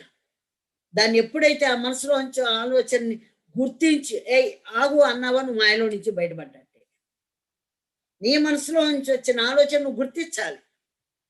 అందుకే ఓషో ఏంటి వీళ్ళందరూ చెప్పేది ఎరుక. ఎరుక అంటే ఏంటంటే నాకు 15 సంవత్సరాలు పట్టింది అర్థం అవడానికి. దేంట్లో ఎరుకలో ఉండాలో అర్థం కాదు. మళ్ళీ ఏదో ఒకటి అందులో పడి మర్చిపోతాం, ఆ పనిలో పడి మర్చిపోతాం, ఈ పనిలో పడి మర్చిపోతాం. ఎరుక ఎట్టొస్తుందబ్బా, ఎరుకతో కూర్చుంటే పనులు ఎట్లా సాగుతాయబ్బా అనుకున్నా. ఎరుక అంటే పనులు ఇవి కాదు, నీ మనస్సులో నుంచి వచ్చిన సరికాని ఆలోచన నువ్వు గుర్తించి ఆపేయగలగటమే ఎరుక. దాన్ని నేను సాధించుకున్నాను మేడం. ఎంత కష్టపడి ప్రతి క్షణం దాంట్లో ఉంటూ చూసుకుంటూ ఇది ఆఖరి జన్మ, ఈ జన్మలో సాధించుకున్నాను. ఎన్ని జన్మల నుంచి కొట్టుకుని ఉన్నానో నాకు తెలియదు, ఒక్క జన్మలోనే అన్ని రావు. ఇప్పటికీ నాకు అది అర్థమైంది అనుకుంటున్నా నేను. మళ్ళీ మార్కులు వేయాల్సింది ఆయన్ని, మనం కాదు. కానీ నాకు అర్థమవుతుంది, అది నా స్థితి నాకు అర్థమవుతుంది. అందుకే ఎప్పుడైతే మంచి మంచి ఆలోచనలు వస్తాయో, ఉదాత్తమైన మనస్సు అంటారు చూడండి. ఉదాత్తమైన మనస్సు, అగ్నిగోళం మనస్సు అగ్నిగోళంలా ఉంది అంటారు. అంటే అన్ని దానికే దాని ఆలోచనతోటే అది అలా ఉంది. దానిలోంచి ఈ ఆలోచన వస్తుందని నువ్వు గ్రహించినప్పుడు, ఆపేసినప్పుడు అగ్నిగోళం లాంటి మనస్సు కూడా ఉదాత్తమమైన మనస్సుగా అయిపోతుంది. కాంతివంతమైన మనస్సు అయిపోతుంది. శాంతివంతమైన మనస్సు అయిపోతుంది. ఇవి మనస్సు గుణాలు. ఇప్పుడు ఒక్కొక్క దానికి ఒక్కొక్క గుణం ఉంటుంది. గాలికి ఒక గుణం, నిప్పుకి ఒక గుణం, పంచభూతాలకి. అట్లాగే మనసుకు కూడా కొన్ని గుణాలు ఉన్నాయి. అగ్నిలా రగులుతుంది, ఉదాత్తంగానూ ఉండగలుగుతుంది. ఇది మనసుకు కూడా అన్ని గుణాలు ఉంటాయి. అన్ని గుణాలు ఉన్నాయి. తాను తెచ్చుకున్న దాన్ని బట్టి ఆ గుణం డెవలప్ అవుతుంది. కర్మను బట్టి ఏదైతే ఈ భూమి మీద నేను అనుభవించడానికి వచ్చానని చెప్పి అనుకున్నారో దాన్ని బట్టి ఆ గుణం డెవలప్ అవుతుంది. ఒక అద్భుతమైన తెచ్చుకున్నాం అనుకోండి, ఆ గుణం డెవలప్ అవుతుంది. మనం తెచ్చుకున్న దాన్ని బట్టి ఏం తెచ్చుకుంటున్నాం, ఎందుకు తెచ్చుకుంటున్నాం, ఎలా తెచ్చుకుంటున్నాం అంటే సెలక్షన్ కూడా మనకు తెలియదు. అజ్ఞానంతో తెచ్చుకునే జన్మలు ఉన్నాయి, జ్ఞానంతో తెచ్చుకునే జన్మలు ఉన్నాయి. కానీ ఈసారి భూమి మీద ప్రతి ఒక్క పిరమిడ్ మాస్టర్, ప్రతి ఒక్కరు ధ్యానం చేసిన వాళ్ళు కూడా అద్భుతమైన జన్మలు ఎత్తుతారు. కానీ ఇంకా అజ్ఞానపు జన్మలు ఎక్కడి? ఇక్కడే నశించిపోతున్నాయి కదా. ఆ కర్మలు నశించిపోతున్నాయి, ఆ బ్యాడ్ క్రియేషను నశించిపోతుంది. అది తాను తెచ్చుకున్న దాన్ని బట్టి ఆ గుణం డెవలప్ అవుతుంది అన్నారు, కర్మను బట్టి. మరి మనుష్యుల మనస్సు కూడా ఈ సృష్టిలో నుంచే ఏర్పడింది. ఈ సృష్టిలో అన్ని పుట్టాయి కదా, అన్ని క్రియేషన్ అయినాయి కదా. ఈ మనుష్యుల మనస్సు కూడా, ఈ మనస్సు అనేది సృష్టిలో నుంచే ఏర్పడింది. అయితే 190 కోట్ల యుగాల నుండి ఏర్పడిందంట. బాబాయ్, 190 కోట్ల యుగాలు. 190 కోట్లు నాకు లెక్క రావట్లేదు. ఈ లెక్కలే రావు, ఇంకా ఆ లెక్కలు వస్తాయి. సామాన్యమైనది కాదు. అన్ని యుగాల నుండి మనస్సు ఏర్పడిందంట చూడండి. మరి అన్ని యుగాల నుంచి ఎన్ని జన్మలు తీసుకున్నాము, ఎంత పెద్ద మనస్సు అయి ఉంటుంది, ఈ మనసు నిండా ఎంత రికార్డ్ అయి ఉంటుంది. ఎందుకంటే నేను మనసులో దూకానండి ఒకసారి ధ్యానంలో ప్రయాణిస్తున్నాను. సడన్ గా ఒక పెద్ద సునామీ ఇలా భయంకరమైన సౌండ్తో మన మీదకి వచ్చేస్తుంది అన్నంత భయంకరంగా వచ్చేస్తుంది. ఏమిటిది అని భయంకరంగా ఉంది, ఇంత ఉంది ఏంటిది అని అంటే అది నీ మనస్సు. గుండెలు అదిరిపోయి, ఇదే నా మనస్సు ఇలా ఉందా, ఇదేంటి ఇంత ముంచేసేలా ఉంది, ఏంటి తుఫాన్లా ఉంది, ఏంటి ఇంత పెద్ద మనస్సా, ఏమిటిదంటే అందులోకి దూకు అన్నారు. దాన్ని చూస్తేనే భయం వేస్తుంది. ఎక్కడ దూకుతాను నేను దాంట్లో. ఆ సౌండ్కి భయం వేసేసి ఇట్లా కళ్ళు మూసుకున్నాను. కళ్ళు మూసుకోగానే నిశ్శబ్దంగా అయిపోయింది. అక్కడ వినపట్టాల. కళ్ళు తెరిచా, మళ్ళీ భయంకరంగా నాకు అది సౌండ్ వినపడుతుంది. అప్పుడు అర్థమైంది, ఓ ఇది నేను కళ్ళు తెరిచాను అంటే ఈ అలలు ఎంత బీభత్సం ఉంటాయో, ఈ కళ్ళు తెరిచిన ఈ ప్రపంచం అంతా చూస్తూ ఉన్నప్పుడు నా మనస్సు ఇలా ఉంటుందా. అయితే కళ్ళు మూసుకోగానే నాకు ఆ శబ్దాలు ఇవన్నీ ఆగిపోయినాయి, ప్రశాంతంగా ఉన్నాను. అంటే కళ్ళు మూసుకుంటే ఇవేమి ఈ ప్రపంచం నాకు అడ్డం పడదు అని అప్పుడు దూకేసేసి దాంట్లో స్విమ్ చేస్తున్నట్టు కాకుండా, ఈదుతున్నట్టు కాకుండా ఇట్లా తేలుకుంటూ వెళుతున్నా. అసలు ఎన్ని చూశానో, ఎంతమందిని చూశానో అవన్నీ చూశాను. ఏంటి ఇవన్నీ ఉన్నాయి, వాళ్ళందరూ కనపడుతున్నారంటే అవన్నీ నా బుర్రలో ఉన్నాయి. ఎంతమంది నేను ఎక్కించుకున్నాను, ఎంతమంది నేను చూశాను, ఎన్ని సరికాని ఆలోచనలు కూడా అబ్బో అనుకుంటూ విన్నాను. ఇవన్నీ నా బుర్రలో క్రియేషన్ అయిపోయి అవి ఒక సినిమాల్లా కనపడుతున్నాయి, ఈ పక్క ఆ పక్క. నారాయణ, నేనే చూసుకోవాల్సింది పోయి ఈ చెత్తంతా ఎక్కించుకున్నానా, ఈ మనస్సు నిండా ఇవన్నీ ఎట్లా పోతాయి. అసలు అంత పెద్ద మహాసముద్రం లాగా ఉంది, ఇవన్నీ ఎలా క్లీన్ అవుతాయి, ఈ శుద్ధి ఎలా జరుగుతుంది. అప్పుడు నేను మనసు ఇంత గందరగోళంగా ఉందా, బయటకేమో ప్రశాంతంగా ఉన్నట్టు యాక్షను, సంతోషం అంతా కనపడుతుంది. బయట ఏదైతే పిల్లలు ఉన్నారు, మనవాళ్ళు ఉన్నారు, ఇవి ఉన్నాయి, ఈ సినిమాలు చూస్తున్నాం, అంతా హ్యాపీగా కనపడుతుంది. లోపలికి వెళ్ళి చూస్తే కనిపించింది నా మనసు యొక్క గందరగోళం. ఈ గందరగోళం అంతా ఎట్లా ప్రశాంతం అవుతుంది అని అంటే ఈ ధ్యానం ద్వారా, ఈ సజ్జన సాంగత్యం ద్వారా ఆ కాంతి లోపలికి ప్రవేశించి దాని ద్వారా ఏదైతే మనం విన్నామో అవన్నీ దగ్ధమైపోయి ఈ నిశ్వాసం ద్వారా బయటికి వెళ్ళిపోయినప్పుడు ఆ సీన్లన్నీ మనం డిలీట్ చేసేసినట్టు వెళ్ళిపోతుంది. మన చెత్త అంతా డిలీట్ చేస్తాం కదా, అట్లా మొత్తం డిలీట్ అయిపోయి వెళ్ళిపోతున్నాయి. అమ్మా, ఈ శ్వాస గురించి ఇంకెన్ని చెప్తారు ఈయన, నా పుస్తకాలన్నీ వెతికి శ్వాస గురించి ఒక గ్రంథం రాయొచ్చేమో అనుకున్నాను. అన్ని రకాలైన డెఫినేషన్లు ఇచ్చారు ఉచ్ఛ్వాస నిశ్వాసాల గురించి. అయితే 190 కోట్ల నుండి ఏర్పడింది.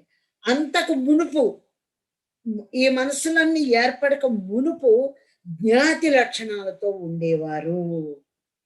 అంతకు మునుపు ఇవన్నీ లేవు, ఈ గందరగోళాలు లేవు. జ్ఞాతి లక్షణాలు అంటే ప్రజలందరికీ చెప్పేటువంటి లక్షణాలు ఉన్నాయి వాళ్ళకి. ఆ లక్షణాలతో పుట్టారు కాబట్టి వాళ్ళు అలాగే ఉన్నారు. ఈ మనసు ఏర్పడలా వాళ్ళకి. తానెవరో తెలుసుకున్నవాడు జ్ఞాతి. నేనెవరిని, నేను నారాయణుని అని తెలుసుకున్న వాళ్ళు జ్ఞాతి. జగానికి పరిచయం చేసిన వాడు. మానవుడు సమస్యల నుండి బయటపడితేనే ధ్యానం చేయగలుగుతాడు. ఎంత సమస్యలు ఉంటాయంటే కూర్చోమంటే ముందు ఆ సమస్యలన్నీ గుర్తుకొస్తాయి. ధ్యానం కుదరట్లేదండి, మరి సమస్యలు ఎదురుకుండా తెల్లారి అప్పులాడు వస్తాడు, లేకపోతే బయటకు ఏడుస్తాడు అంటాడు. ధ్యానం ఏమంటే చేస్తాడా? ఓ పక్క ఒళ్ళంతా నొప్పులు, ఇక్కడ నొప్పులు, అక్కడ నొప్పులు, కూర్చోలేక నొప్పులు, శరీరం బాధలు పడుతూ ఉంటే ధ్యానంలో కుదురుతుందా? అందుకని పత్రిగారి దయతలిచి ఏంటంటే, ధ్యానం చేయటం మొదలు పెట్టగానే వాడికి ఏదో ఒకటి బెనిఫిట్ వచ్చేస్తుంది, ఏదో ఒక నిదర్శనం వచ్చేస్తుంది. ఆ అనారోగ్యం నుంచి బయటపడటం, అమ్మో ఇది నొప్పి తగ్గింది, ఇంకా నేను చేసుకోవాలి అనేది. లేకపోతే ఈ సమస్యలోంచి నేను బయటపడ్డా, ఈ దుఃఖంలో నుంచి నేను బయటపడ్డా, అలా ఒక ప్లస్ పాయింట్ అనేది వాళ్ళకి స్టార్టింగ్ ఇవ్వడం మొదలు పెడతారు.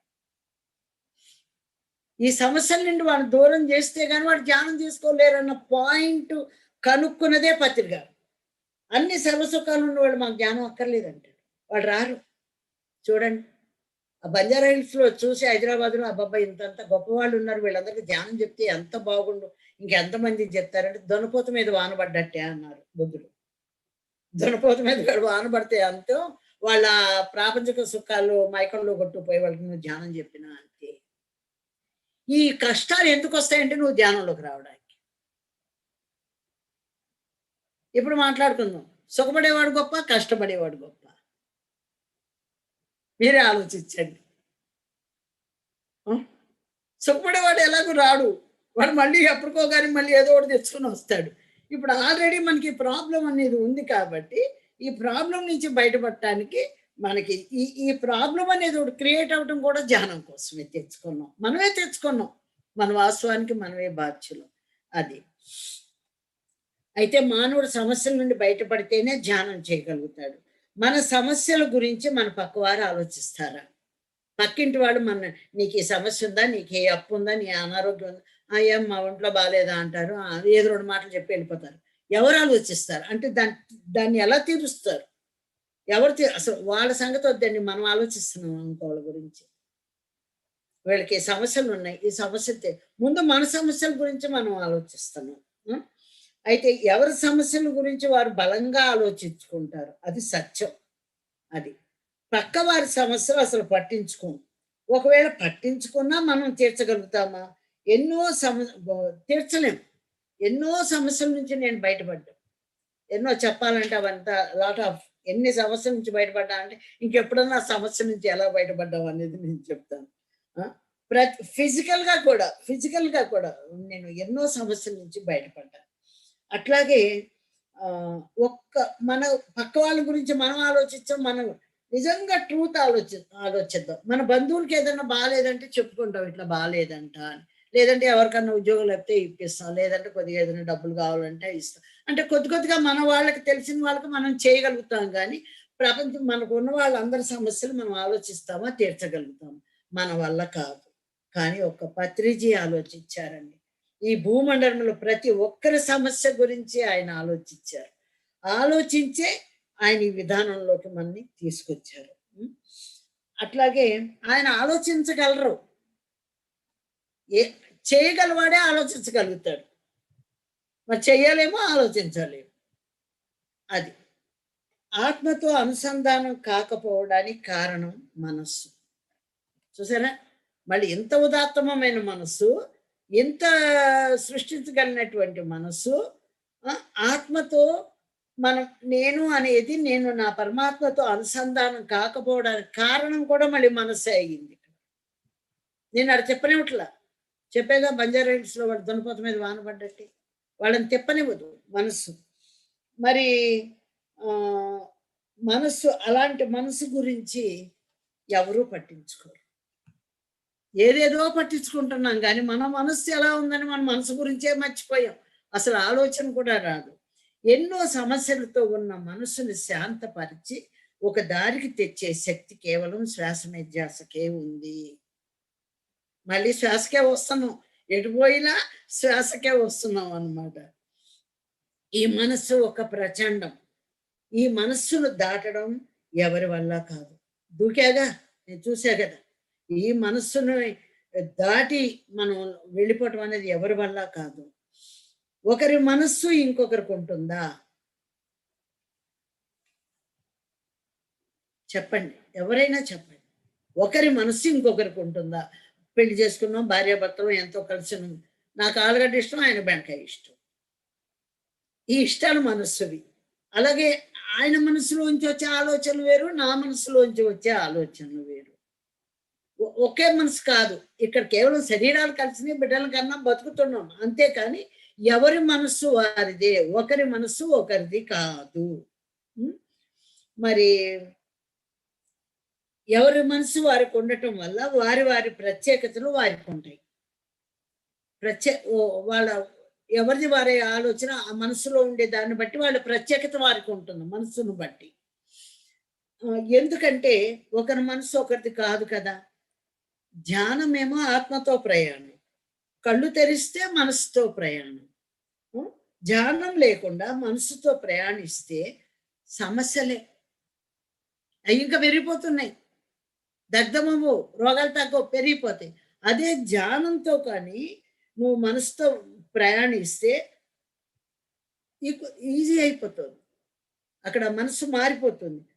ఎప్పుడైతే మనసుతో ప్రయాణిస్తే సమస్యలు, అశాంతి తప్ప శాంతి ఎక్కడి నుంచి వస్తుంది? జీవితం ఈడ్చుకురావడమే. మేము చాలా పట్టుచీరలు కట్టుకుని, నగలు పెట్టుకుని, హాయ్ అని నవ్వుతూ ఉంటారు. కానీ వాళ్ళ జీవితం ఇంటికెళ్తే వాళ్ళ ఏడుపు ఎలా ఉందో వాళ్ళకి తెలుస్తుంది. ఎవరి మనసుకు వాళ్ళకి తెలుస్తుంది జీవితం. బయట వాళ్ళకి కనిపించేది నటన. కానీ జీవితం ఈడ్చుకొస్తున్నాం అంతే. రోగాలతోటో, సమస్యలతోటో ఎట్టాగొట్ట అయ్యిందమ్మా అనిపించి చచ్చిపోతున్నాం. అది జీవించడం ఎలా అవుతుంది? ఈడ్చుకురావడం అవుతుంది. 2 కాళ్ళు చక్కగుంటే పరిగెడుతున్నాం. కాలు కుంటిపడితే ఏం చేస్తాం? ఈడ్చుకురావడం. అలా కుంటిపడ్డ కాళ్ళలాగా జీవితం ఈడ్చుకొచ్చాం. జీవిస్తున్నారా? జీవంతో ఉన్నామా? సంతోషం ఎక్కడిది? దేని నుంచి వస్తుంది సంతోషం? సంతోషం పక్కనే దుఃఖం ఉంటుంది. ఇప్పుడు బాగానే ఉంటుంది. రేపు ఇంకోటి దుఃఖం వస్తుంది. ఈ రెండిటికి అతీతంగా మనం వెళ్ళటమే ఆత్మ ప్రయాణం. ఆనందో బ్రహ్మ అన్నారు కదా! ఆనందో జ్ఞానం అనలా. జ్ఞానం జ్ఞానమే. ఇక్కడ ఆనందో బ్రహ్మ. బ్రహ్మ జ్ఞానం అంటే నేను ఆత్మని తెలిసినప్పుడు నీకు సర్వము ఆనందమే ఉంటుంది. సమస్యలు ఉంటాయి. ఇంత జ్ఞానం తెలిసిన వాళ్ళకి, ఇంత జ్ఞానం చేస్తున్న వాళ్ళకి కూడా సమస్యలు ఉంటాయి. కానీ అది మన అతలాకుతలం చేయదు. దాన్ని చక్కగా తీసుకొస్తాం. దాన్ని ఎట్లా సాల్వ్ చేసుకోవాలో చేస్తాం. ఆనందో వెనకమాల రహస్యం ఎంత ఉంది. మనసులోంచి వచ్చిన ఆలోచనను పసిగట్టి దాన్ని ఆపి కొద్దిసేపు ధ్యానం చేసుకుని, ఇప్పుడు మేము ధ్యానం ఒకప్పుడు ఏదైనా సమస్య వస్తే కళ్ళు మూసుకు కూర్చునేవాళ్ళం. ఇది సమస్యకు పరిష్కారం ఏంటి? ఇప్పుడు కళ్ళు మూసుకోక్కర్లా. కళ్ళు తెరిచి పనులు చేసుకుంటూనే ఇంకొక వైపు లోపల ఉంటావు. నీ లోపల నువ్వు ఉండటం అంటే పనులు మానేయమని కాదు. కానీ పూర్తిగా నా లోపల ఉండకుండా బయట పనులు చేసేటప్పుడు బయట కంప్లీట్ దృష్టి ఉన్నప్పుడు వేరుగా ఉంటాను. నా లోపల నేను ఉంటూ బయట పనులు యాంత్రికంగా జరిగిపోతాయి. అన్నీ జరిగిపోతాయి. మాట్లాడతాను, సినిమా చూస్తాను, అన్నీ జరిగిపోతాయి. ఆ సినిమా సగం ఎక్కుతుంది, సగం ఎక్కదు. ఎందుకని కంప్లీట్ లోపల ఉన్నప్పుడు. బయట పనులు జరిగితే లోపల నీ లోపల నువ్వు ఉండు, నీ లోపల నువ్వు ఉండు. అత్యవసరమైనప్పుడు మన లోపల మనం ఉన్నప్పుడు ఈ శక్తి బయటకు వచ్చి ఆ సమస్య పరిష్కారం. అది అక్కడ. అన్నీ మనలో నుంచే వస్తున్నాయి. మన సమస్య పరిష్కారం కూడా మనలోనే ఉంది. ఈ కాంతి ఇప్పుడు మాట్లాడుతున్నాం అంటే ఈ కాంతి శబ్దం ద్వారా వస్తోంది. ఇదే జ్ఞానం లేనప్పుడు ఇక్కడ కాంతి కాదు, చీకటి ఆలోచనలు శబ్దం ద్వారా బయటకు వస్తున్నాయి. ఎంత తేడా ఉంది! అసలు ఏమన్నా సంబంధం ఉందా దానికి దీనికి? అందుకని ఆనందం వెనక మన రహస్యం ఇంత ఉంది. ధ్యానంతోటే కదా మనస్సు శుద్ధి పడేది, అప్పుడు కదా మనసు శాంతంగా ఉండేది. ధ్యానం లేకుండా మనశ్శాంతి లేదంటే ఎలా? ధ్యానం చేయరు, ఒక 10 నిమిషాలు కూర్చుంటారు, ఒక అరగంట కూర్చుంటారు, మిగతా ఏమంటే నాకు కుదరట్లేదు. ఏంటి ఆషామాష ధ్యానం అంటే? ఒక కూర వండాలంటేనే అరగంట పడుతుంది, వంట చేయాలంటేనే గంటన్నర పడుతుంది, తినాలంటేనే నీకు అరగంట పడుతుంది. అలాంటప్పుడు శ్వాస మీద ధ్యాస పెట్టాలంటే పట్టదా టైము? ఏం పెట్టుబడి పెట్టమన్నారు? డబ్బులు ఇవ్వమనేది ఏమనలేదే. నీ ఇంట్లో నువ్వు కూర్చుని టయాన్ని, నీ సమయాన్ని పెట్టుబడి పెట్టమన్నారు. మీ సమయం నాకు పెట్టుబడి ఇవ్వండి అన్నారు. ఎవరి కోసమా? ఆయన కోసమా? చెప్పిన వాళ్ళ కోసమా? మన కోసం. అది జీవిత సత్యం అంటే ఏమిటి? అన్నో సత్యాల్లో మొట్టమొదటిది నిన్ను నువ్వు తెలుసుకునే సత్యం. ఇక్కడ జీవిత సత్యం అంటే ఏమిటి? యవనంలో ఉన్నామని ఏమైనా చేయగలం అనుకుంటారు. ఎందుకంటే ఆ యవనం స్పీడ్ అలాంటిది. ఆ వయసులో ఉన్నప్పుడు స్పీడ్, నేను ఏమైనా చేయగలను. ఎందుకని? ఆ బలం మీద నేను అన్నీ చేయగలనన్న మనస్సు యొక్క తీవ్రతమని ఏమైనా చేయగలం అని చెప్పి నేను అనుకుంటాను. ఓకే. కానీ ఇక్కడ యవ్వనమే మన జీవితంలో ప్రతి ఒక్కళ్ళు ఆలోచించే చూడండి. చిన్నప్పుడు బాల్యం, తర్వాత యవ్వనం, ఆ తర్వాత తల్లి, ఆ తర్వాత వృద్ధులు. వీటిల్లో ఎక్కువగా ఉత్తేజపరిచేది యవ్వనం. ఈ యవ్వనం గురించే మాట్లాడుకుంటారు ఎక్కువగా. యవ్వనంలోనే తప్పులు జరుగుతాయి, మంచి జరుగుతుంది. అన్నీ యవ్వనంలోనే. నేను ఈ పనులు చేయగలను, ఆ పనులు చేయగలను, వీళ్ళైతే యూత్ అని చెప్పాను. కానీ యవ్వనం జ్ఞానం కాదండి. యవ్వనం ఈ పెరుగుదలలో ఒక పార్ట్ అంతే. నువ్వు చిన్నప్పుడు పుట్టావు, ఇంత పెరిగావు, యవ్వనం బాలవయ్యావు, తర్వాత యవ్వనం అయ్యావు, తల్లివయ్యావు, వృద్ధురాలువయ్యావు. ఇవన్నీ ఈ పెరుగుదలలో అంశాలే. కానీ ఒక్క యవ్వనం గురించి ఎందుకు మాట్లాడుతున్నారంటే యవ్వనమే ముఖ్యం అనుకుంటున్నాం. భూమండలంలో ప్రతి మనిషి నాకు యవ్వనం ఉంటే యవ్వనంలో నేను అన్ని అనుభవించాలి, యవ్వనంలోనే బట్టలు కట్టుకోవాలి, యవ్వనంలోనే అన్ని చెయ్యాలని అనుకుంటున్నావు. కానీ యవ్వనము జ్ఞానము కాదు. Note this point. చాలా ముఖ్యమైన పాయింట్. ఒక సామాన్యమైన మనిషి యవ్వనం అనుకుంటాడు. ఒక ఆత్మజ్ఞాని యవ్వనం జ్ఞానం కాదు.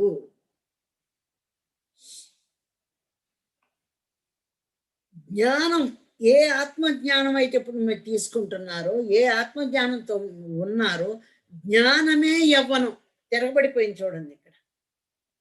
కంప్లీట్ తిరగబడిపోయింది.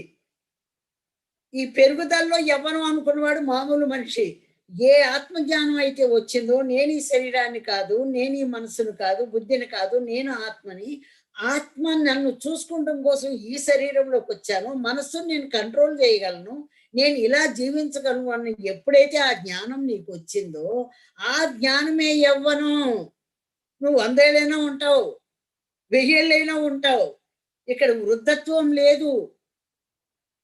శరీరం కనపడవచ్చు, కానీ వృద్ధత్వం లేదు. ఆ జ్ఞానమే యవ్వనమైనప్పుడు నువ్వు నిరంతరం యవ్వనంలోనే ఉంటావు.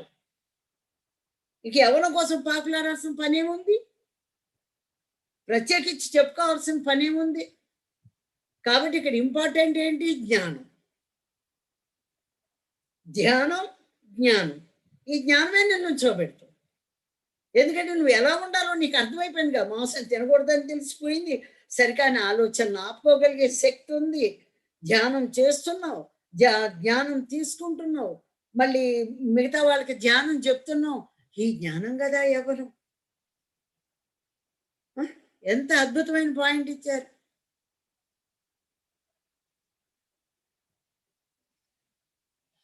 ఇది జ్ఞానం లేకుండా, దీన్ని జ్ఞానమే యవ్వనం.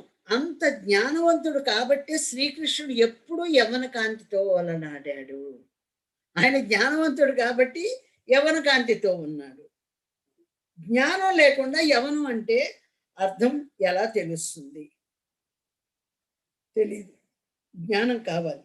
జ్ఞానానుభవం ద్వారా మాత్రమే అర్థమవుతుంది అది. ఏ జ్ఞానం అయితే మీకు అనుభవం వస్తుందో, ధ్యానానికి ముందు నువ్వు ఎలా ఉన్నావు, ప్రతిదీ ఎక్స్పెరిమెంట్, ఎక్స్పీరియన్స్ అండి. ధ్యానానికి ముందు నేను ఎలా ఉన్నాను, తర్వాత నా శరీరంలో వచ్చిన మార్పులేంటి, నా ఆలోచనలో వచ్చిన మార్పులేంటి, నా శక్తిలో వచ్చిన మార్పులేంటి, ఈ మార్పులు ఉన్నాయి కదా. అదే ఇక ఆ జ్ఞానం ఎప్పుడైతే మనకు వచ్చేసిందో, నీకు ఇక వేరే దృష్టి ఉండదు. ఉండక నీ లోపల ఉండే కణాలన్నీ అంతకు మునుపు చచ్చిపోయి ఉన్నాయి. ఇప్పుడు అవి జీవంతో ఓలలాడుతున్నాయి. నీ ప్రతి కణానికి ఎప్పుడైతే జీవశక్తి వచ్చిందో ఈ ధ్యానం ద్వారా, ఇంకా నువ్వు నీకెప్పుడు యవ్వనమే. కావాలనుకుంటే చచ్చిపోవాలి రేపొద్దున, మళ్ళీ అదో గొడవ. చావు కూడా రాదు. భీష్మాచార్యుల్లాగా మనం ఎప్పుడు కావాలంటే అప్పుడు వెళ్ళిపోతాం. అది ఒక మనిషి విడిపోవడానికి, ఒక మనిషిని కలవడానికి కారణం మనస్సే కదా. ఇన్ని డైవర్స్లు ఎందుకు అయిపోతుంది? మనస్సే కదా. ఆ మనసు వేరువేరుగా ఉండి ఇద్దరు కొట్లాడుకొని ఈ నా నా మనసు నా ఇష్టం వచ్చినట్టు ఉండాలని, వాళ్ళ మనసు వాళ్ళ ఇష్టం వచ్చినట్టు ఉండాలని అనుకొని, ఎందుకంటే ఈ మనస్సులు కలవటల్లా. ఈ మనసులే కాదు, అసలు ఏ మనసులు కలవు. ధ్యానంతో మనం అది తెలుసుకుంటాం. ఆ జ్ఞానంతో ఒకరి మనసు ఒకరు కలవదు, ఎవరికి వాళ్ళు ఇది తెచ్చుకున్నారు, ఓహో ఆ మనస్సు ఇలా ఉంది, ఆ గుణం ఇలా ఉంది అని మనం ఆ జ్ఞానానికి తగ్గట్టుగా మనం మసులుకుంటూ పోవటమే ఇప్పుడు ఈ పాయింట్ వచ్చి. ఇది తెలియనప్పుడు ఏమవుతుంది, విడిపోతున్నారు. ఒక మనిషి ఇద్దరు కలిసినా ఇద్దరు విడిపోయినా కారణం ఏంటంటే మనస్సే. శరీరం ఏమన్నా ఇదవుతుందా, కోరుకుంటుందా? అది కోరుకోదు, మనస్సే కోరుకునేది. అది మనస్సు కలవక విడిపోవటం అంటానికి కారణం మనస్సు కానీ శరీరం కాదు కదా. శరీరం ఎప్పుడు ఒక శరీరం ఇంకో శరీరానికి విడిపోవాలని కోరుకోదు, ఎందుకంటే దాని జ్ఞానం లేదు. మనసు చెప్పినట్టు ఇది చేస్తుందే కానీ దీనికి ఏమి ప్రత్యేకించి జ్ఞానం లేదు. ఇది ఒక ఇన్స్ట్రుమెంట్ అంతే. కానీ కారణం మనస్సు. శరీరం నిర్ణయాలు తీసుకోదు కదా. అలాంటి మనస్సు ఎలా ఉండాలి? విడిపోవడానికే కారణం, కలవడానికే కారణం, జ్ఞానం తీసుకోవడానికే కారణం. నువ్వు ఈ పంచభూతాలు ముఖంలో స్థిరమవ్వాలంటే మూలాధారము కారణం. అన్నిటికీ నువ్వే కారణము, అన్నిటికీ మూలం అది అయి కూర్చుంది మనస్సు. ఈ ఆత్మ తాను చూసుకోవాలంటే కూడా ఈ మనస్సు ద్వారానే. ఈ మనసు ప్రపంచంలో చూస్తోంది. యాక్షన్ మొత్తం బతకాలంటే అంతా మనస్సే, ఆత్మ ద్వారా కాదు. మరి అలాంటి మనస్సు ఎలా ఉండాలి? ఆ మనస్సుని మనం ఎట్లా గమనించుకోవాలి? నీ మనస్సు నీకే తెలియదు పో అనేవాడు. నిజంగానే మన మనస్సే మనకు తెలియదు. మన మనస్సు ఏంటో మనకు తెలియకుండా జీవించాము. ఇప్పుడు మన మనస్సు ఏంటో మనం తెలుసుకుని జీవిస్తున్నాం. ఇదే జీవిత సత్యం అంటే. ఆత్మ సత్యం, మనస్సు ఒక సత్యం, జీవితం ఒక సత్యం. జీవిత సత్యం ఏంటంటే నీ మనస్సు నువ్వు తెలుసుకున్నప్పుడు అవతల మనస్సును కూడా గమనించగలిగి ఆ మనస్సు అలా ఉందని తెలుసుకుని దాని ద్వారా మనం ఇక్కడ యాక్ట్ చేస్తాం. ఆ మనస్సు అలా ఉందంటేనే కదా అవతల వ్యక్తి కోపం వచ్చిందంటే మనం శాంతంగా ఉంటాం, సంతోషంగా ఉన్నారంటే రెండు మాటలు చెప్తాం. ఏంటి ఆ మనస్సును బట్టి, ఆ గుణాలను బట్టి మనం సంచరించుకుంటాం. అది ఇక్కడ మనస్సు. ఇక్కడ మనస్సులు కలవక విడిపోతున్నారు. కారణం ఎందుకమ్మా విడిపోయారంటే ఆ కర్మ, దాని విధి అంటారు. విధి అంటారు. అసలు విధి ఏంటి? ఒకరు విడిపోవటానికి కారణం విధి ఏంటి? మనస్సుకు విధికి సంబంధం ఏంటి? విధి వేరే, మనస్సు వేరే. ముందు విధి గురించి తెలుసుకోవాలి మనం, మనసు గురించి కాదు. ఇక్కడ విధిని తీసుకొచ్చి దేనికి కలుపుతున్నాం? విధి దేనికి సంబంధించింది? మనసు అనంతమైన 190 కోట్ల యుగాల నుంచి ఏర్పడి ఇందులో ఉంది, ఈ శరీరంలో ఉంది మనస్సు. కానీ విధికి సంబంధం ఏంటి? విధి దేనికి సంబంధించింది? సృష్టికి సంబంధించి, మనస్సు కాదు. ఇక్కడ విధి సృష్టికి సంబంధించింది. ఇక్కడ ఏదైతే సృష్టిస్తారో, ఏదైతే క్రియేట్ చేస్తారో, ఈ యూనివర్సల్ మొత్తం ఎలాగైతే నడపబడుతుందో దానికి సంబంధించింది విధి. మనసు కాదు. దాని విధిలే అమ్మ అంటారు. ఆ వర్డే రాంగ్ అన్నమాట. మనసుకు సంబంధించింది జీవితం, విధికి సంబంధించింది కాదు. అందుకని ఒక విడిపోవడానికి కారణం కానీ, మనం బలహీనపడటానికి కారణం కానీ విధి అనేది కానే కాదు. విధి సృష్టికి సంబంధించింది, దాన్ని పక్కన పెట్టేయాలి. అది చిన్ననాటి నుంచి ధ్యానమే కనుక మనకుంటే మనం మనసు గురించి ఆలోచించవలసిన అవసరమే లేదు. అది ఆటోమేటిక్‌గా ఇక అది స్టాప్ అయిపోతుంది. ఇక అది దహించబడిపోతుంది. 48 ఏళ్ళు వచ్చినాక ధ్యానంలోకొచ్చా. ఇవాళ ఇంతంత బిడ్డల దగ్గర నుంచి ధ్యానంలోకొస్తున్నారు. ఎంత అద్భుతం అది. హ్మ్. ఇప్పుడు సాంగత్యంతోటే ముఖ్యంగా మనస్సు మారేది. ఒక మంచివాడు కూడా ఒక చెడ్డవాడితో సావాసం చేస్తే కొన్నాళ్ళకి వీడు వాడవుతాడు, వాడు వీడు. అంటే సాంగత్యం. ఎవరితో అయితే నువ్వు ఎక్కువగా కలిసి ఉంటావో అప్పుడు ఆటోమేటిక్‌గా ఆ మనస్సు కొద్దిగా మారుతుందనమాట. అదే సజ్జన సాంగత్యంతో ఎంత అద్భుతంగా ఎదుగుతోందో కదా! సాంగత్యమే కదా! ఇప్పుడు ఎవరు సాంగత్యం చేస్తున్నాం? సజ్జన సాంగత్యం చేస్తున్నాం. పత్రిజీ గారు చెప్పిన మాటలతో మనం సాంగత్యం చేస్తున్నాం. ధ్యానంతో సాంగత్యం చేస్తున్నాం. ఇంకెలా ఎంత అద్భుతంగా మారుతుంది. సాంగత్యం ఎటుంటే అటు మారుతుంది. అది మారడం కాదు, ఇక్కడ సజ్జన సాంగత్యంతో ఎదుగుతోంది. అది కాదు ఇది కరెక్ట్ అనేది ఎప్పుడైతే తెలిసిందో అది ఎదుగుతోంది, జ్ఞానఫలంగా ఎదుగుతోంది. అది ఎదిగిపోయినప్పుడు దీన్ని మారింది అంటున్నాం. అది ఎదుగుతోంది. అక్కడ మనస్సు ఎప్పుడు ప్రతిధ్వనిస్తూనే ఉంటుందండి. ఎందుకంటే ప్రధానికి ఒక లక్ష్యం ఉంది. అట్లాగే దాని లక్ష్యం దానికి ఉంటుంది. దాని లక్ష్యం ఏంటి? ప్రతిధ్వనిస్తూ ఉంటుంది. ఇక్కడ ఏదైనా కనపడగానే, అది చూడగానే దాంట్లోంచి ఒక ఆలోచన పుట్టిచ్చేస్తుంది. ఇది ఎలా, అది అలా, ఇది ఎట్లా, ఏదో ఒకటి ప్రతిధ్వనిస్తూనే ఉంటుంది. ఎప్పుడు కదలాలో, ఎప్పుడు ఆగాలో మనస్సును గమనించు. ఇప్పుడు వద్దు ఆలోచనలు, మనం తిప్పేసుకోగలమండి. ఇంతకుమునుపు నాకు ఆ టెక్నిక్ తెలియలే, ఇప్పుడు ఆ టెక్నిక్ తెలిసింది. గమనించలా, చిన్న సింపుల్ మెథడ్, దాన్ని గమనించకుండా దానిలో దూకి కొట్టుకుపోయాం. ఇప్పుడు ఏంటంటే ఆ మనసుని నేను గమనిస్తున్నా. ఓయ్ నువ్వు సరికాను ఇస్తున్నావు, బుద్ధి లేదా నీకు? ఎందుకు ఇప్పుడు దాని గురించి మనకెందుకు ఆలోచన? ఆపు, పక్కన పెట్టి హాయిగా టీవీ చూసుకో. నువ్వు కంట్రోల్ చేయగలవు ఎప్పుడు గమనించినప్పుడు.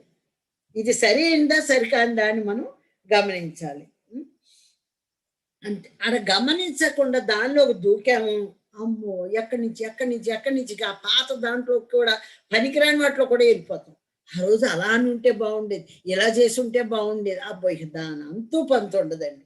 అదేంటంటే గోదావరిలోకి దూకినట్టే, దూకితే మునిగిపోయి ఎక్కడో తేలుతాం. అప్పుడు మళ్ళీ యువతలకు వచ్చి పనుల్లో పడతాం అన్నమాట. అందుకని దూకొద్దు, గమనించండి. ప్రతి ఒక్కటి ఇప్పుడు మీ మనసులో నుంచి వచ్చిన ఆలోచన గమనించి ప్రాక్టీస్తో వస్తుంది. 2 సార్లు రాగానే ఆటోమేటిక్గానే అవే ఆగిపోతాయి. ఇక అంగీకరించడం లేదు, సరికాని ఆలోచనను తాను అంగీకరించడం లేదు, వద్దు ఇవి రిలీజ్ చేయొద్దు, అదే అయిపోతుంది. అది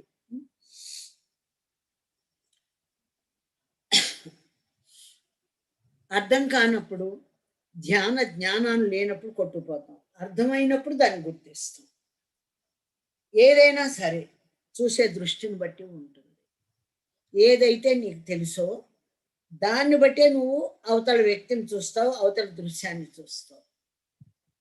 ఇక్కడ నీ జ్ఞానం మారినప్పుడు ఓహో ఇదా అని చూస్తావు. అందుకని అందరి కళ్ళు ఒకటే, మనస్సు ఒకటే, బుర్ర ఒకటే, కానీ నీ యొక్క దృష్టి, నీ యొక్క ఆలోచన ఏదుందో ఆ దృష్టిని బట్టి మనం చూస్తాం. అదే జ్ఞానవంతమైన ఆలోచన వచ్చినప్పుడు జ్ఞానవంతంగా ఆలోచిస్తాం. ఈ తేడా ఉంది.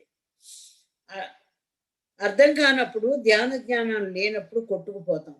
అర్థం అయినప్పుడు దానిని గుర్తిస్తాం. ఏదైనా సరే ముఖ్యంగా విషయ జ్ఞానం ఉండాలి. ఒక విషయం గురించి జ్ఞానం ఉండాలి. లేదా తెలుసుకోవడానికి ప్రయత్నించాలి.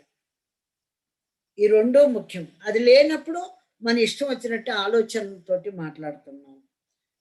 ఇప్పుడు ఒక విషయం గురించి నాకు జ్ఞానం లేదనుకోండి, నేను మౌనంగా ఉండాలి. దాని గురించి నాకు ఆలోచన వస్తుందన్నప్పుడే తెలియని ఆలోచన నాకెందుకు వస్తుంది, వద్దు, ఈ ఆలోచన నేను కట్ చేయాలి. అప్పుడు మౌనంగా అయిపోతాం, మౌనంగా ఉంటాం.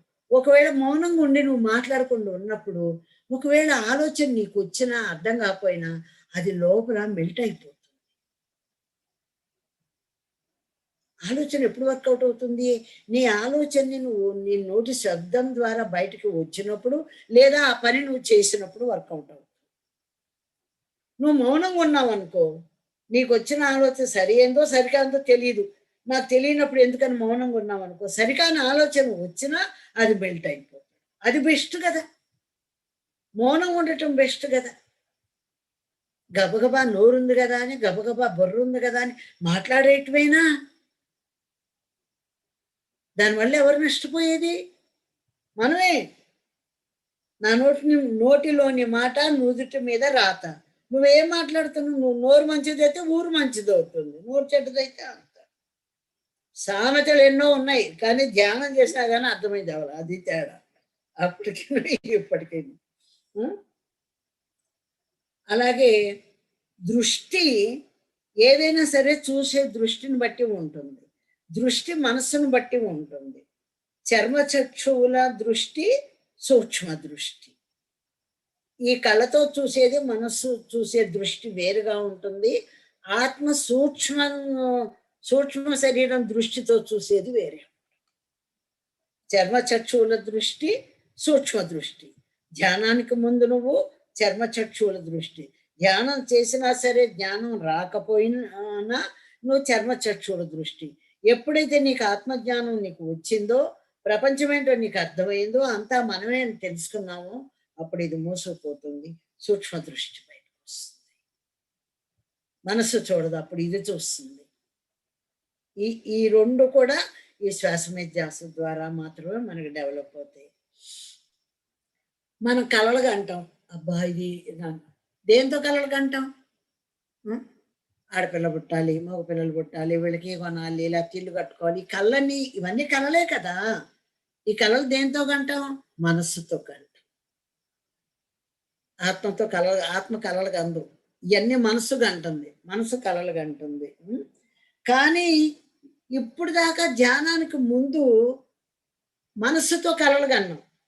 మనస్సుతో కలల కన్నా మనస్సుతో వచ్చినటువంటి ఆహారం తిన్నాం, మనస్సుతోటి ఈ శరీరానికి ఏం కావాలో అన్నీ మనస్సుతోటి. కానీ ఎవరైతే ధ్యానం వల్ల ఈ జ్ఞానం పొందారో, ఈ భూమి 3rd డైమెన్షన్ నుంచి 5th డైమెన్షన్కి ఎంటర్ అయ్యిందో, దాంట్లో ఎంటర్ అయ్యి వెనక్కొచ్చి చాలా సంవత్సరానికి జరుగుతోంది అది. కానీ ఇప్పుడు స్థితమయ్యింది, ఇప్పుడు అది స్టాండర్డ్ అయ్యింది. దాంట్లో ఎప్పుడైతే అది స్టాండర్డ్ అయ్యిందో, ఇక నుంచి మానవుడు మనస్సుతో కలలు కనడు, నాసికతో కలలు కంటాడు.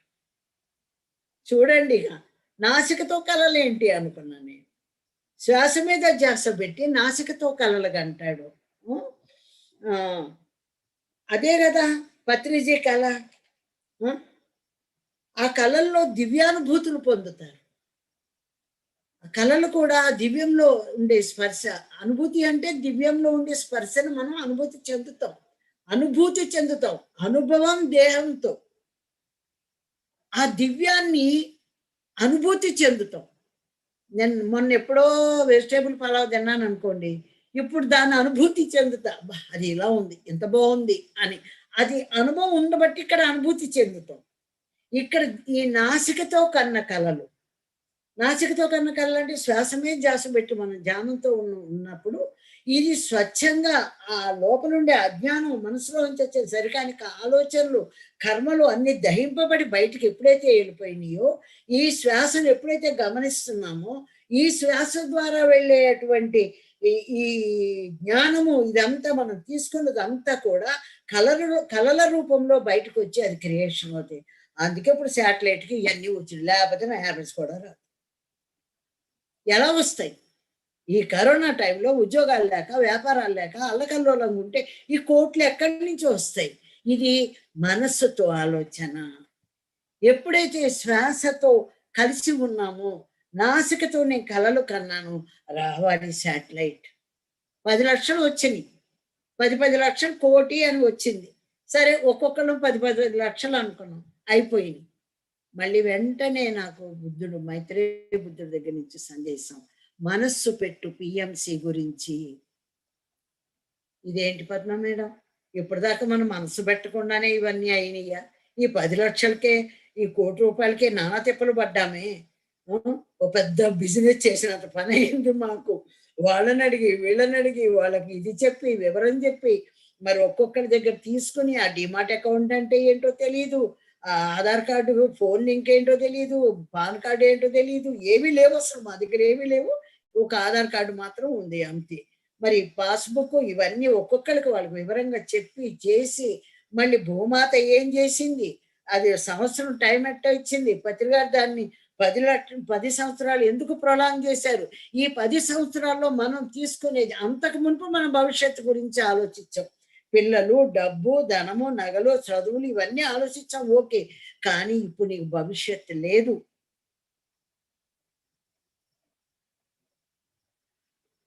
భవితవ్యం. భవిష్యత్తు వేరు. భవి అష్యత్. అష్యత్ అంటే లేదు. ఏమీ లేదు. నువ్వు అనుకున్నట్టు అన్నీ జరుగుతాయా? ఎన్నో అనుకున్నాం. ఎన్నో చేశాను. కానీ మనం అనుకున్నట్టు జరగవు. ఎందుకంటే అష్యత్. భవిష్యత్తు నీ చేతుల్లో లేదు. కానీ భవితవ్యం నీ చేతుల్లో ఉంది. ఎంత అద్భుతమైన మాట చెప్పారాయన. మనస్సు పెట్టు. పిఎంసి మీద మనస్సు పెట్టు. నేను ఒక టార్గెట్ పెట్టుకుని అక్కడితో ఆగిపోయా. 12 మంది మెయిన్ హోల్డర్స్, ఒక్కొక్కరు 20 లక్షలు. 13 మంది అయ్యారు చివరికి. వీళ్ళందరి బాధ్యతలు నేను తీసుకోవాల్సి వచ్చింది. డైరెక్ట్‌గా పిఎంసికి మీరే ఏసేసుకోండి అంటే నాకు ఇంత తిప్పలు ఉండేవి కావు. కానీ ఎందుకని నేను ఆ పని చేయలేదు? వీళ్ళందరినీ ఒక్కొక్కళ్ళ మెయిన్ హోల్డర్‌ని నేను పట్టుకుని వాళ్ళ కృషితోటి నువ్వు చెయ్యాలి. నువ్వు కష్టపడు. వాళ్ళనడుగు, వీళ్ళనడుగు. నీ దాంట్లో ఎన్ని తగ్గినియి మళ్ళీ నేను ఇంకొకళ్ళని అడిగి అందులో వేయటం. ఇదే పని. అర్ధరాత్రి నిద్ర లేపినా అన్నం తింటున్నా ఇదే పని. ఇలా కూర్చొని అన్నం తినడానికి కూడా ఖాళీ లేదనమాట ఫోన్‌లు. ఎందుకని మనసు అక్కడ పెట్టాల్సి వచ్చింది? భవితవ్యం. వాళ్ళని ఎందుకని నా హ్యాండ్‌ఓవర్‌లోకి తీసుకోవాల్సి వచ్చింది? మీరు కట్టండి అని ఎందుకు చెప్పాల్సి వచ్చింది? నన్ను మౌనంగా ఉండమన్నారు. ఇంట్లోనే ఉంటున్నాను. ఎవరు ఇంట్లోకి రావడానికి వీల్లేదు. నేను బయటకు వెళ్ళటానికి వీల్లేదు. ఎవరిని కలవటానికి వీల్లేదు. నిస్సంగం. నో సజ్జన సాంగత్యం. నో మాట్లాడటం. నా లోపల నా ప్రయాణం. నా రీసెర్చ్ నాకుంది. అబ్బో! తెలుసుకోవాల్సింది ఎంతో ఉంది. ఇంకా ఈ ప్రపంచంతో నేను మాట్లాడాల్సిన అవసరం లేదు. చేయాల్సింది చేశా, చెప్పాల్సింది చెప్పేసి అయిపోయింది. ఇక నాలో నేను కూర్చున్నాను. కానీ అలాంటి సమయంలో విజయవాడలో రాఘవరావు గారింటి దగ్గర ఒక మాట చెప్పారు. పిఎంసి గురించి అందరికీ చెప్తారా? అప్పుడే స్టార్ట్ అయింది. ఏంటిది నేను మౌనంలోకి ఉండి అసలు కొత్త వాళ్ళు 15 సంవత్సరాల నుంచి ఎవరు కొత్త వాళ్ళొచ్చారో ఏంటో నాకొక్కళ్ళు తెలీదు. ఆ పాత వాళ్ళు తప్ప 98, 99లో పరిచయమైన వాళ్ళు తప్ప నాకు ఇంక కొత్త వాళ్ళు ఒక్కళ్ళు తెలీదు. అలాంటప్పుడు నేను పిఎంసి గురించి చెప్పటం ఏంటి అని. ఆ రోజు నాకు అర్థం కాల. పిఎంసి గురించి చెప్పడం అంటే ఇప్పుడు ఈ శాటిలైట్ గురించి, పిఎంసి గురించి, ఈ భూమాత నిర్ణయం గురించి ఇవన్నీ చెప్పమని ఆ రోజే ఆయన చెప్పారు. అప్పుడేమన్నా అర్థమైందా? పిఎంసి గురించి అంటే కొంచెం మామూలు అర్థం తెలిసింది. తర్వాత అంతరార్థం తెలిసింది. మనస్సు పెట్టు అన్నప్పుడు నాకు పరమార్థం తెలిసింది. ఇహపరాల గురించి అర్థమైంది. పరమార్థం ఏంటి అనంటే మనసు పెట్టు భవితవ్యం. ఇప్పుడు మీరు చేసేది ఇప్పుడు 10 మందికి ఈ కరోనా టైంలో కూడా బయటకు వెళ్ళలేని పరిస్థితిలో కూడా డిజిటల్ ద్వారా గాని ఇప్పుడు మనం ఎవరైతే దీని ద్వారా మనం చేస్తున్నామో దీన్ని బట్టి నీ భవితవ్యం ఉంటుంది. అప్పుడు భవిష్యత్తులో అశ్యత్తు లేదు. ఎప్పుడు భవితవ్యం ఉంది. మీరు చేసే ఈ పనిని బట్టి ఏ పని మీకు చేయాలనిపిస్తుందో ఈ ధ్యానం గురించి ఆ పనిని బట్టి భవితవ్యం ఉంటుంది. నేను చూసొచ్చాను. నేను పైన ఆ వైకుంఠానికి వెళ్ళొచ్చాను. ఎంత అద్భుతంగా కుటీరాలు, ఆశ్రమాలు ఉన్నాయి. అందరి ఎతుక్కున్నాను, అందరి చూశాను. ఏంటి వీళ్ళందరి, ఎవరైతే భవితవ్యం అంటే ఎవరినైతే వీళ్ళని నుంచోబెట్టి నువ్వు చెయ్యి అని చేయలేని వాళ్ళని కూడా నుంచోబెట్టి సపోర్ట్ ఇచ్చి చేయించామో వీళ్ళందరికీ అక్కడ ఏర్పాటు జరిగింది. భవితవ్యం అంటే క్రియేట్ అయిపోయింది అక్కడ. ఎక్కడ పుట్టి చచ్చిపోయే లోపల ఉన్న ఇంటి గురించి ఆలోచిస్తున్నాం కానీ గడప దాటగానే ఒడిగట్టు అన్నమాచార్య కీర్తన, ఒడి పట్టుకుని కర్మను గడప దాటేదవు. ఒడిలో మూట కట్టుకుని కర్మనే గడప దాటుతున్నావు. ఇప్పుడేం చేస్తున్నావు? ఈ జ్ఞానాన్ని నువ్వు లోనిచ్చి ఇల్లు కట్టించినట్టు, లోనిప్పించినట్టు, ఏమి కట్టుకోలేను మన అమ్మ నీకు లోనిప్పిస్తాను ఇల్లు కట్టుకోని అన్నట్టు, అమ్మ నువ్వు ధ్యానం చెయ్యి, ఈ ధ్యానానికి సంబంధించి సహాయం చేయి, నీకు అక్కడ ఇల్లు కట్టిస్తాను అన్నట్టు అయ్యింది. కుటీరం. అసలు దీన్ని దాటగానే మన దారి ఏంటి, మన రూట్ ఎలా వేశారు? అగీజా పిరమిడ్కి తీసుకెళ్ళినప్పుడే ఈ రూట్ పడిపోయింది.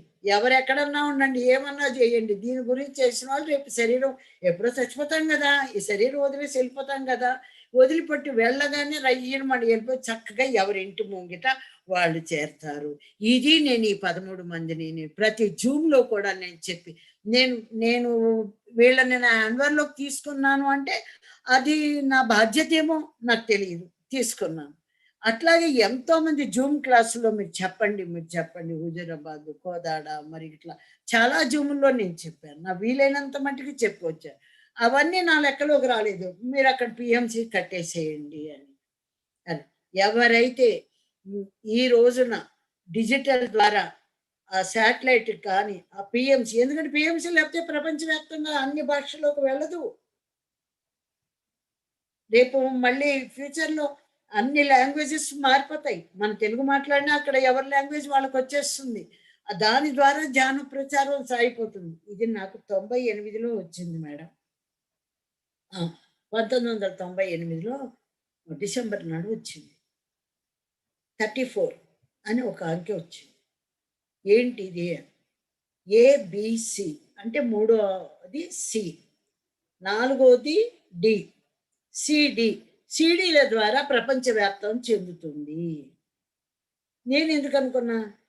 నానా కష్టపడి ఒక ఊరెళ్ళి చెప్తే ఒక 4, ఒక 3, ఒక 5, 10 మంది. ఒక చిన్నజీయర్ స్వామి పసుపు కుంకాల వ్రతం చేయిస్తానంటే టెంట్లేసి, ఒకరి పేరని కాదు, ఎవరైనా సరే యజ్ఞం చేయిస్తానంటే టెంట్లేసి లక్షల మంది పరిగెడుతున్నారు. ఇంత కష్టపడి నీకు ముక్తి, మోక్షము, ఆరోగ్యం ఇదే సత్యం అని చెప్తే వీళ్ళు 4 రారేంటి, 10 మంది రారేంటి అని నాకు ఒక ఆలోచన వచ్చి కూర్చున్నాను. కూర్చున్నప్పుడు నాకు ఇది వచ్చింది. ఇప్పుడు నువ్వు గింజలు నాటుతున్నావు,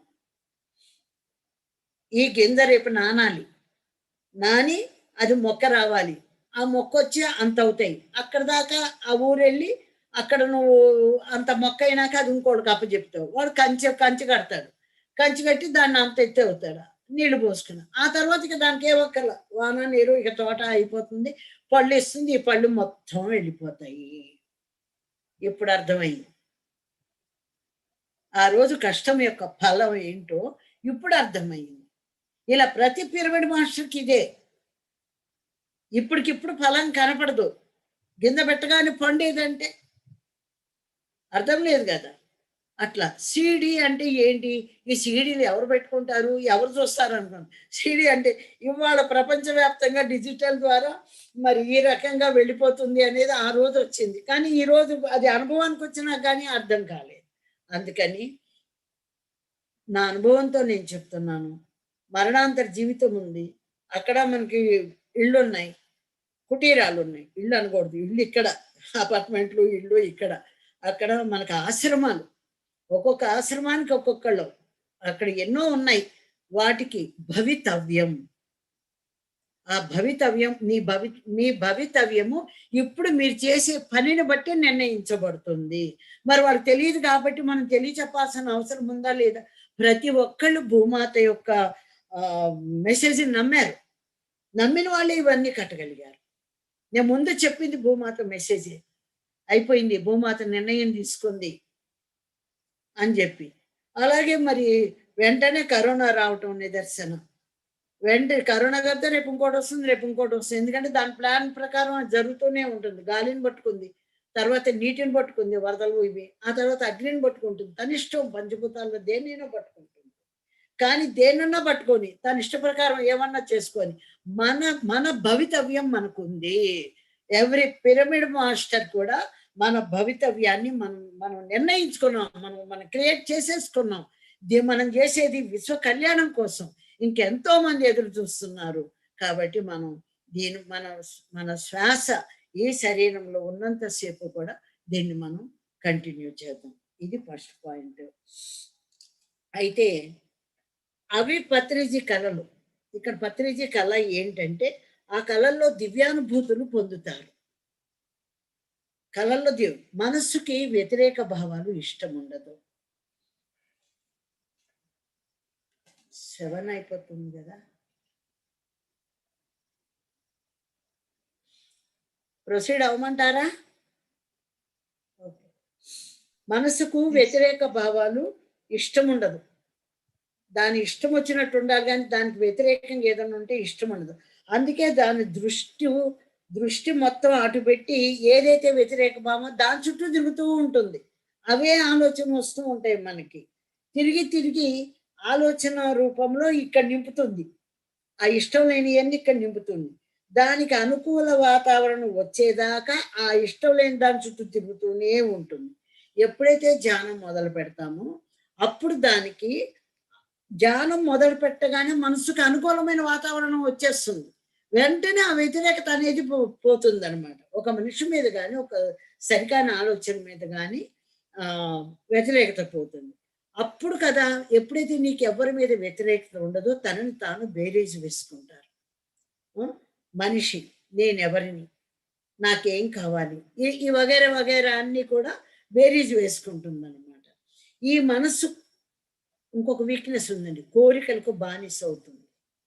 ఎందుకు కోరికలకు బానిస అవుతుంది అంటే దాని లక్షణం, దానికి ఒక లక్ష్యం ఉంది, దానికి ఒక లక్షణము ఉంది.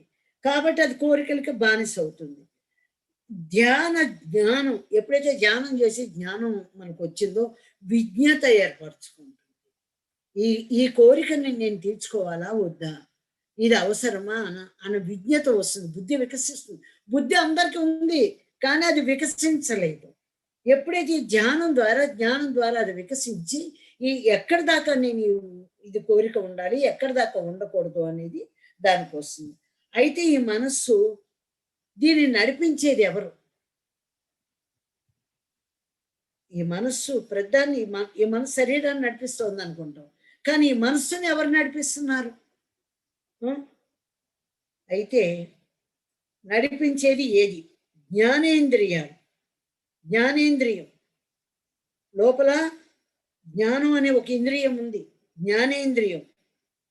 మనస్సు కోరుకుంటుంది, మనసు ఇది కావాలని కోరుకుంటుంది, కానీ అది నడిపించదు. జ్ఞానేంద్రియం నడిపిస్తుంది. బుద్ధి జ్ఞానం లేదా అనేవాళ్ళు. జ్ఞానము ఆత్మజ్ఞానం పక్కన పెట్టండి, మామూలప్పుడే కూడా నీకు బుద్ధి జ్ఞానం లేదా? బుద్ధి, మనస్సు, జ్ఞానం, ఈ జ్ఞానం అనే ఇంద్రియము ఈ రెండింటినీ నడిపిస్తారు. జ్ఞానేంద్రియం ఈ బాడీని కదిలించేది అదే. లెగు, కూర్చో, పడుకో అని దీనికి సజెషన్ ఇచ్చేది కూడా అదే. కానీ దానికి ఆత్మ యొక్క జ్ఞానం, ఎప్పుడైతే ఈ జ్ఞానేంద్రియానికి ఆత్మ యొక్క జ్ఞానం, త్రిమూర్తి తత్వం, నేనే శివుణ్ణి, నేనే బ్రహ్మజ్ఞానాన్ని, నేనే నారాయణుణ్ణి, ఈ త్రిమూర్తి తత్వంలోని శాశ్వతమైనటువంటి కలిగి ఉన్న మనస్సు ఉన్నాయి. దాంట్లో మళ్ళీ ఆ జ్ఞానేంద్రియానికి ఈ త్రిమూర్తి తత్వం, ఈ మూడు శాశ్వతం, నేను ఆత్మని, ఇవన్నీ ఆ ఇంద్రియం కూడా అవన్నీ కలిగి ఉన్నాయి. అవన్నీ కలిగి ఉన్నటువంటి మనస్సు మళ్ళీ దానికి ఉంది. ఈ మనస్సు వేరు, ఆ మనస్సు వేరు. మనస్సునందు ఉన్న మనస్సును చంపిన నాడు ఈ మనస్సులో ఇంకో మనస్సు ఉంది, కోరికల మనస్సు. ఈ మనస్సు జ్ఞానేంద్రియం. ఈ జ్ఞానేంద్రియం, జ్ఞానం త్రిమూర్తి తత్వంలోని శాశ్వతమైనటువంటి కలిగి ఉన్న మనస్సు ఉన్నాయి. అవన్నీ మనలోనే ఉన్నాయి. బయట నుంచి ఎలా వస్తాయి? లోపలే ఉన్నాయి రెండు మనస్సులు. అయితే అది మూసుకుపోయి కూర్చుంది ఈ మనసు కోరికలతోనూ. ఎప్పుడైతే జ్ఞానం వచ్చిందో, ఈ జ్ఞానం అనే ఇంద్రియం ఆత్మతత్వంతో నిండుకుని, అప్పుడు నీకు ఈ త్రిమూర్తి తత్వం నేను అన్న జ్ఞానం దానికి వస్తుంది. అంతేగాని బయట నుంచి ఏమి రావు మేడం. ఎన్ని హితబోధలు చేసినా, ఎన్ని పుస్తకాలు చదివినా అది ఉందని తెలుస్తుంది కానీ, ఈ జ్ఞానేంద్రియమైన మనస్సు ఉత్తేజితం చెందదు. ఈ మనస్సుకి ఆలోచనకి అంతం లేదా? ఎన్నో ఆలోచనలు వస్తూనే ఉంటాయి. ఉంది. ఆ! ఎప్పుడు నీవు లోపలికి వెళ్ళినప్పుడు, నీలోకి నువ్వు వెళ్ళినప్పుడు అంటే ధ్యానమే మళ్ళీ. హ్మ్. ప్రయాణాలు బహుదూరం అంటారు. ఏమిటి? చాలా దూరం. బహు అంటే చాలా దూరం. అబ్బో! అంత దూరం వెళ్ళాలి అని. ఎట్లాగో ట్రైన్ ఎక్కాలో అంత దూరం వెళ్ళాలి. కానీ ఈ లోపల మనసు అబ్బో! చాలా దూరం, బహు దూరం అని. అంటే అది మనస్సుకి. మనస్సు అనుకుంటుంది చాలా దూరం అని. ఆత్మస్వరూపులకి ఎంత దూరం అనేది ఉండదు. నేను వెళ్ళాలి అంతే. హ్యాపీగా జర్నీ.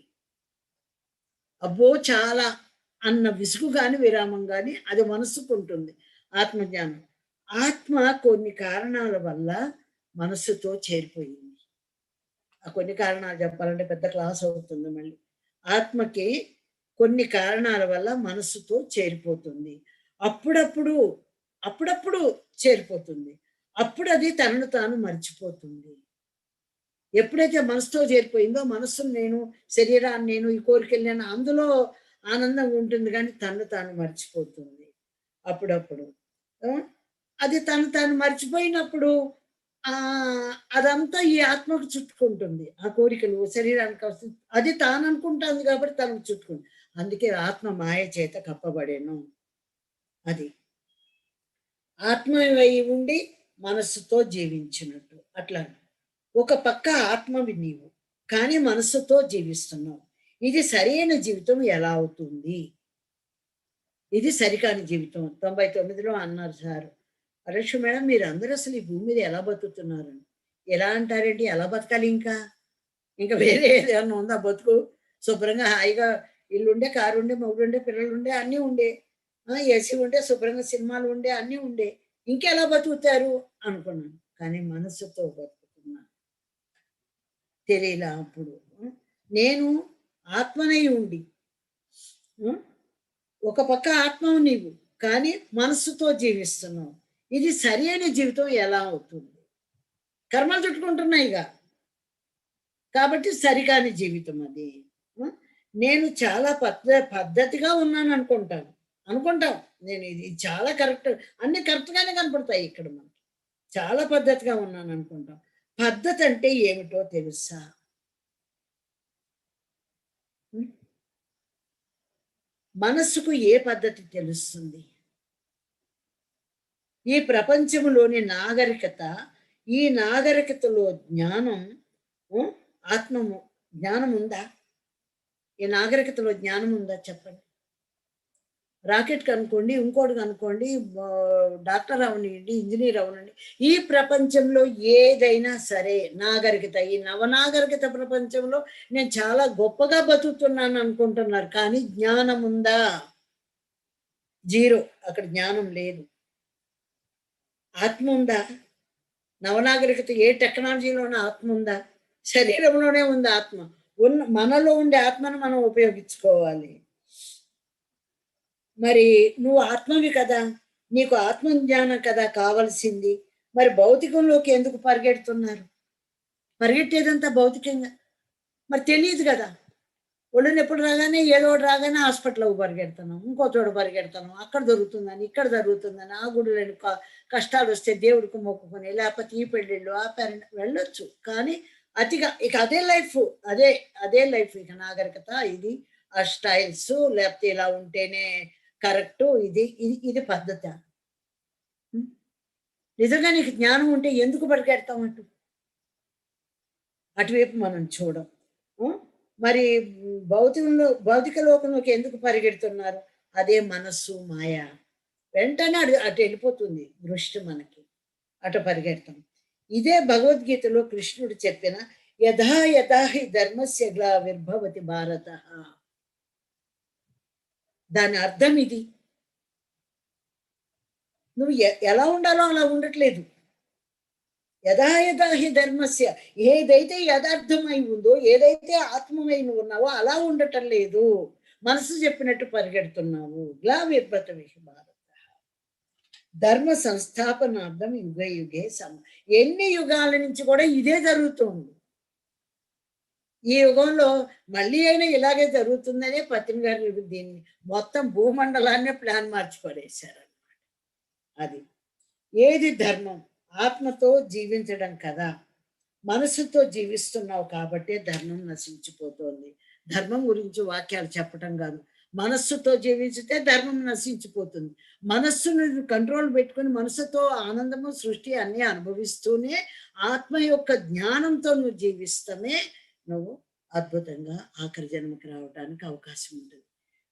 ఎప్పుడు చెప్తున్నారు సరి అయిన జీవితం అంటే ఏమిటో? ఆత్మతో జీవించినప్పుడే సరి అయిన జీవితం నీకు అర్థమవుతుంది. లేదంటే ధర్మం నశించిపోతుంది. నీలో నీవు ఉన్నప్పుడు,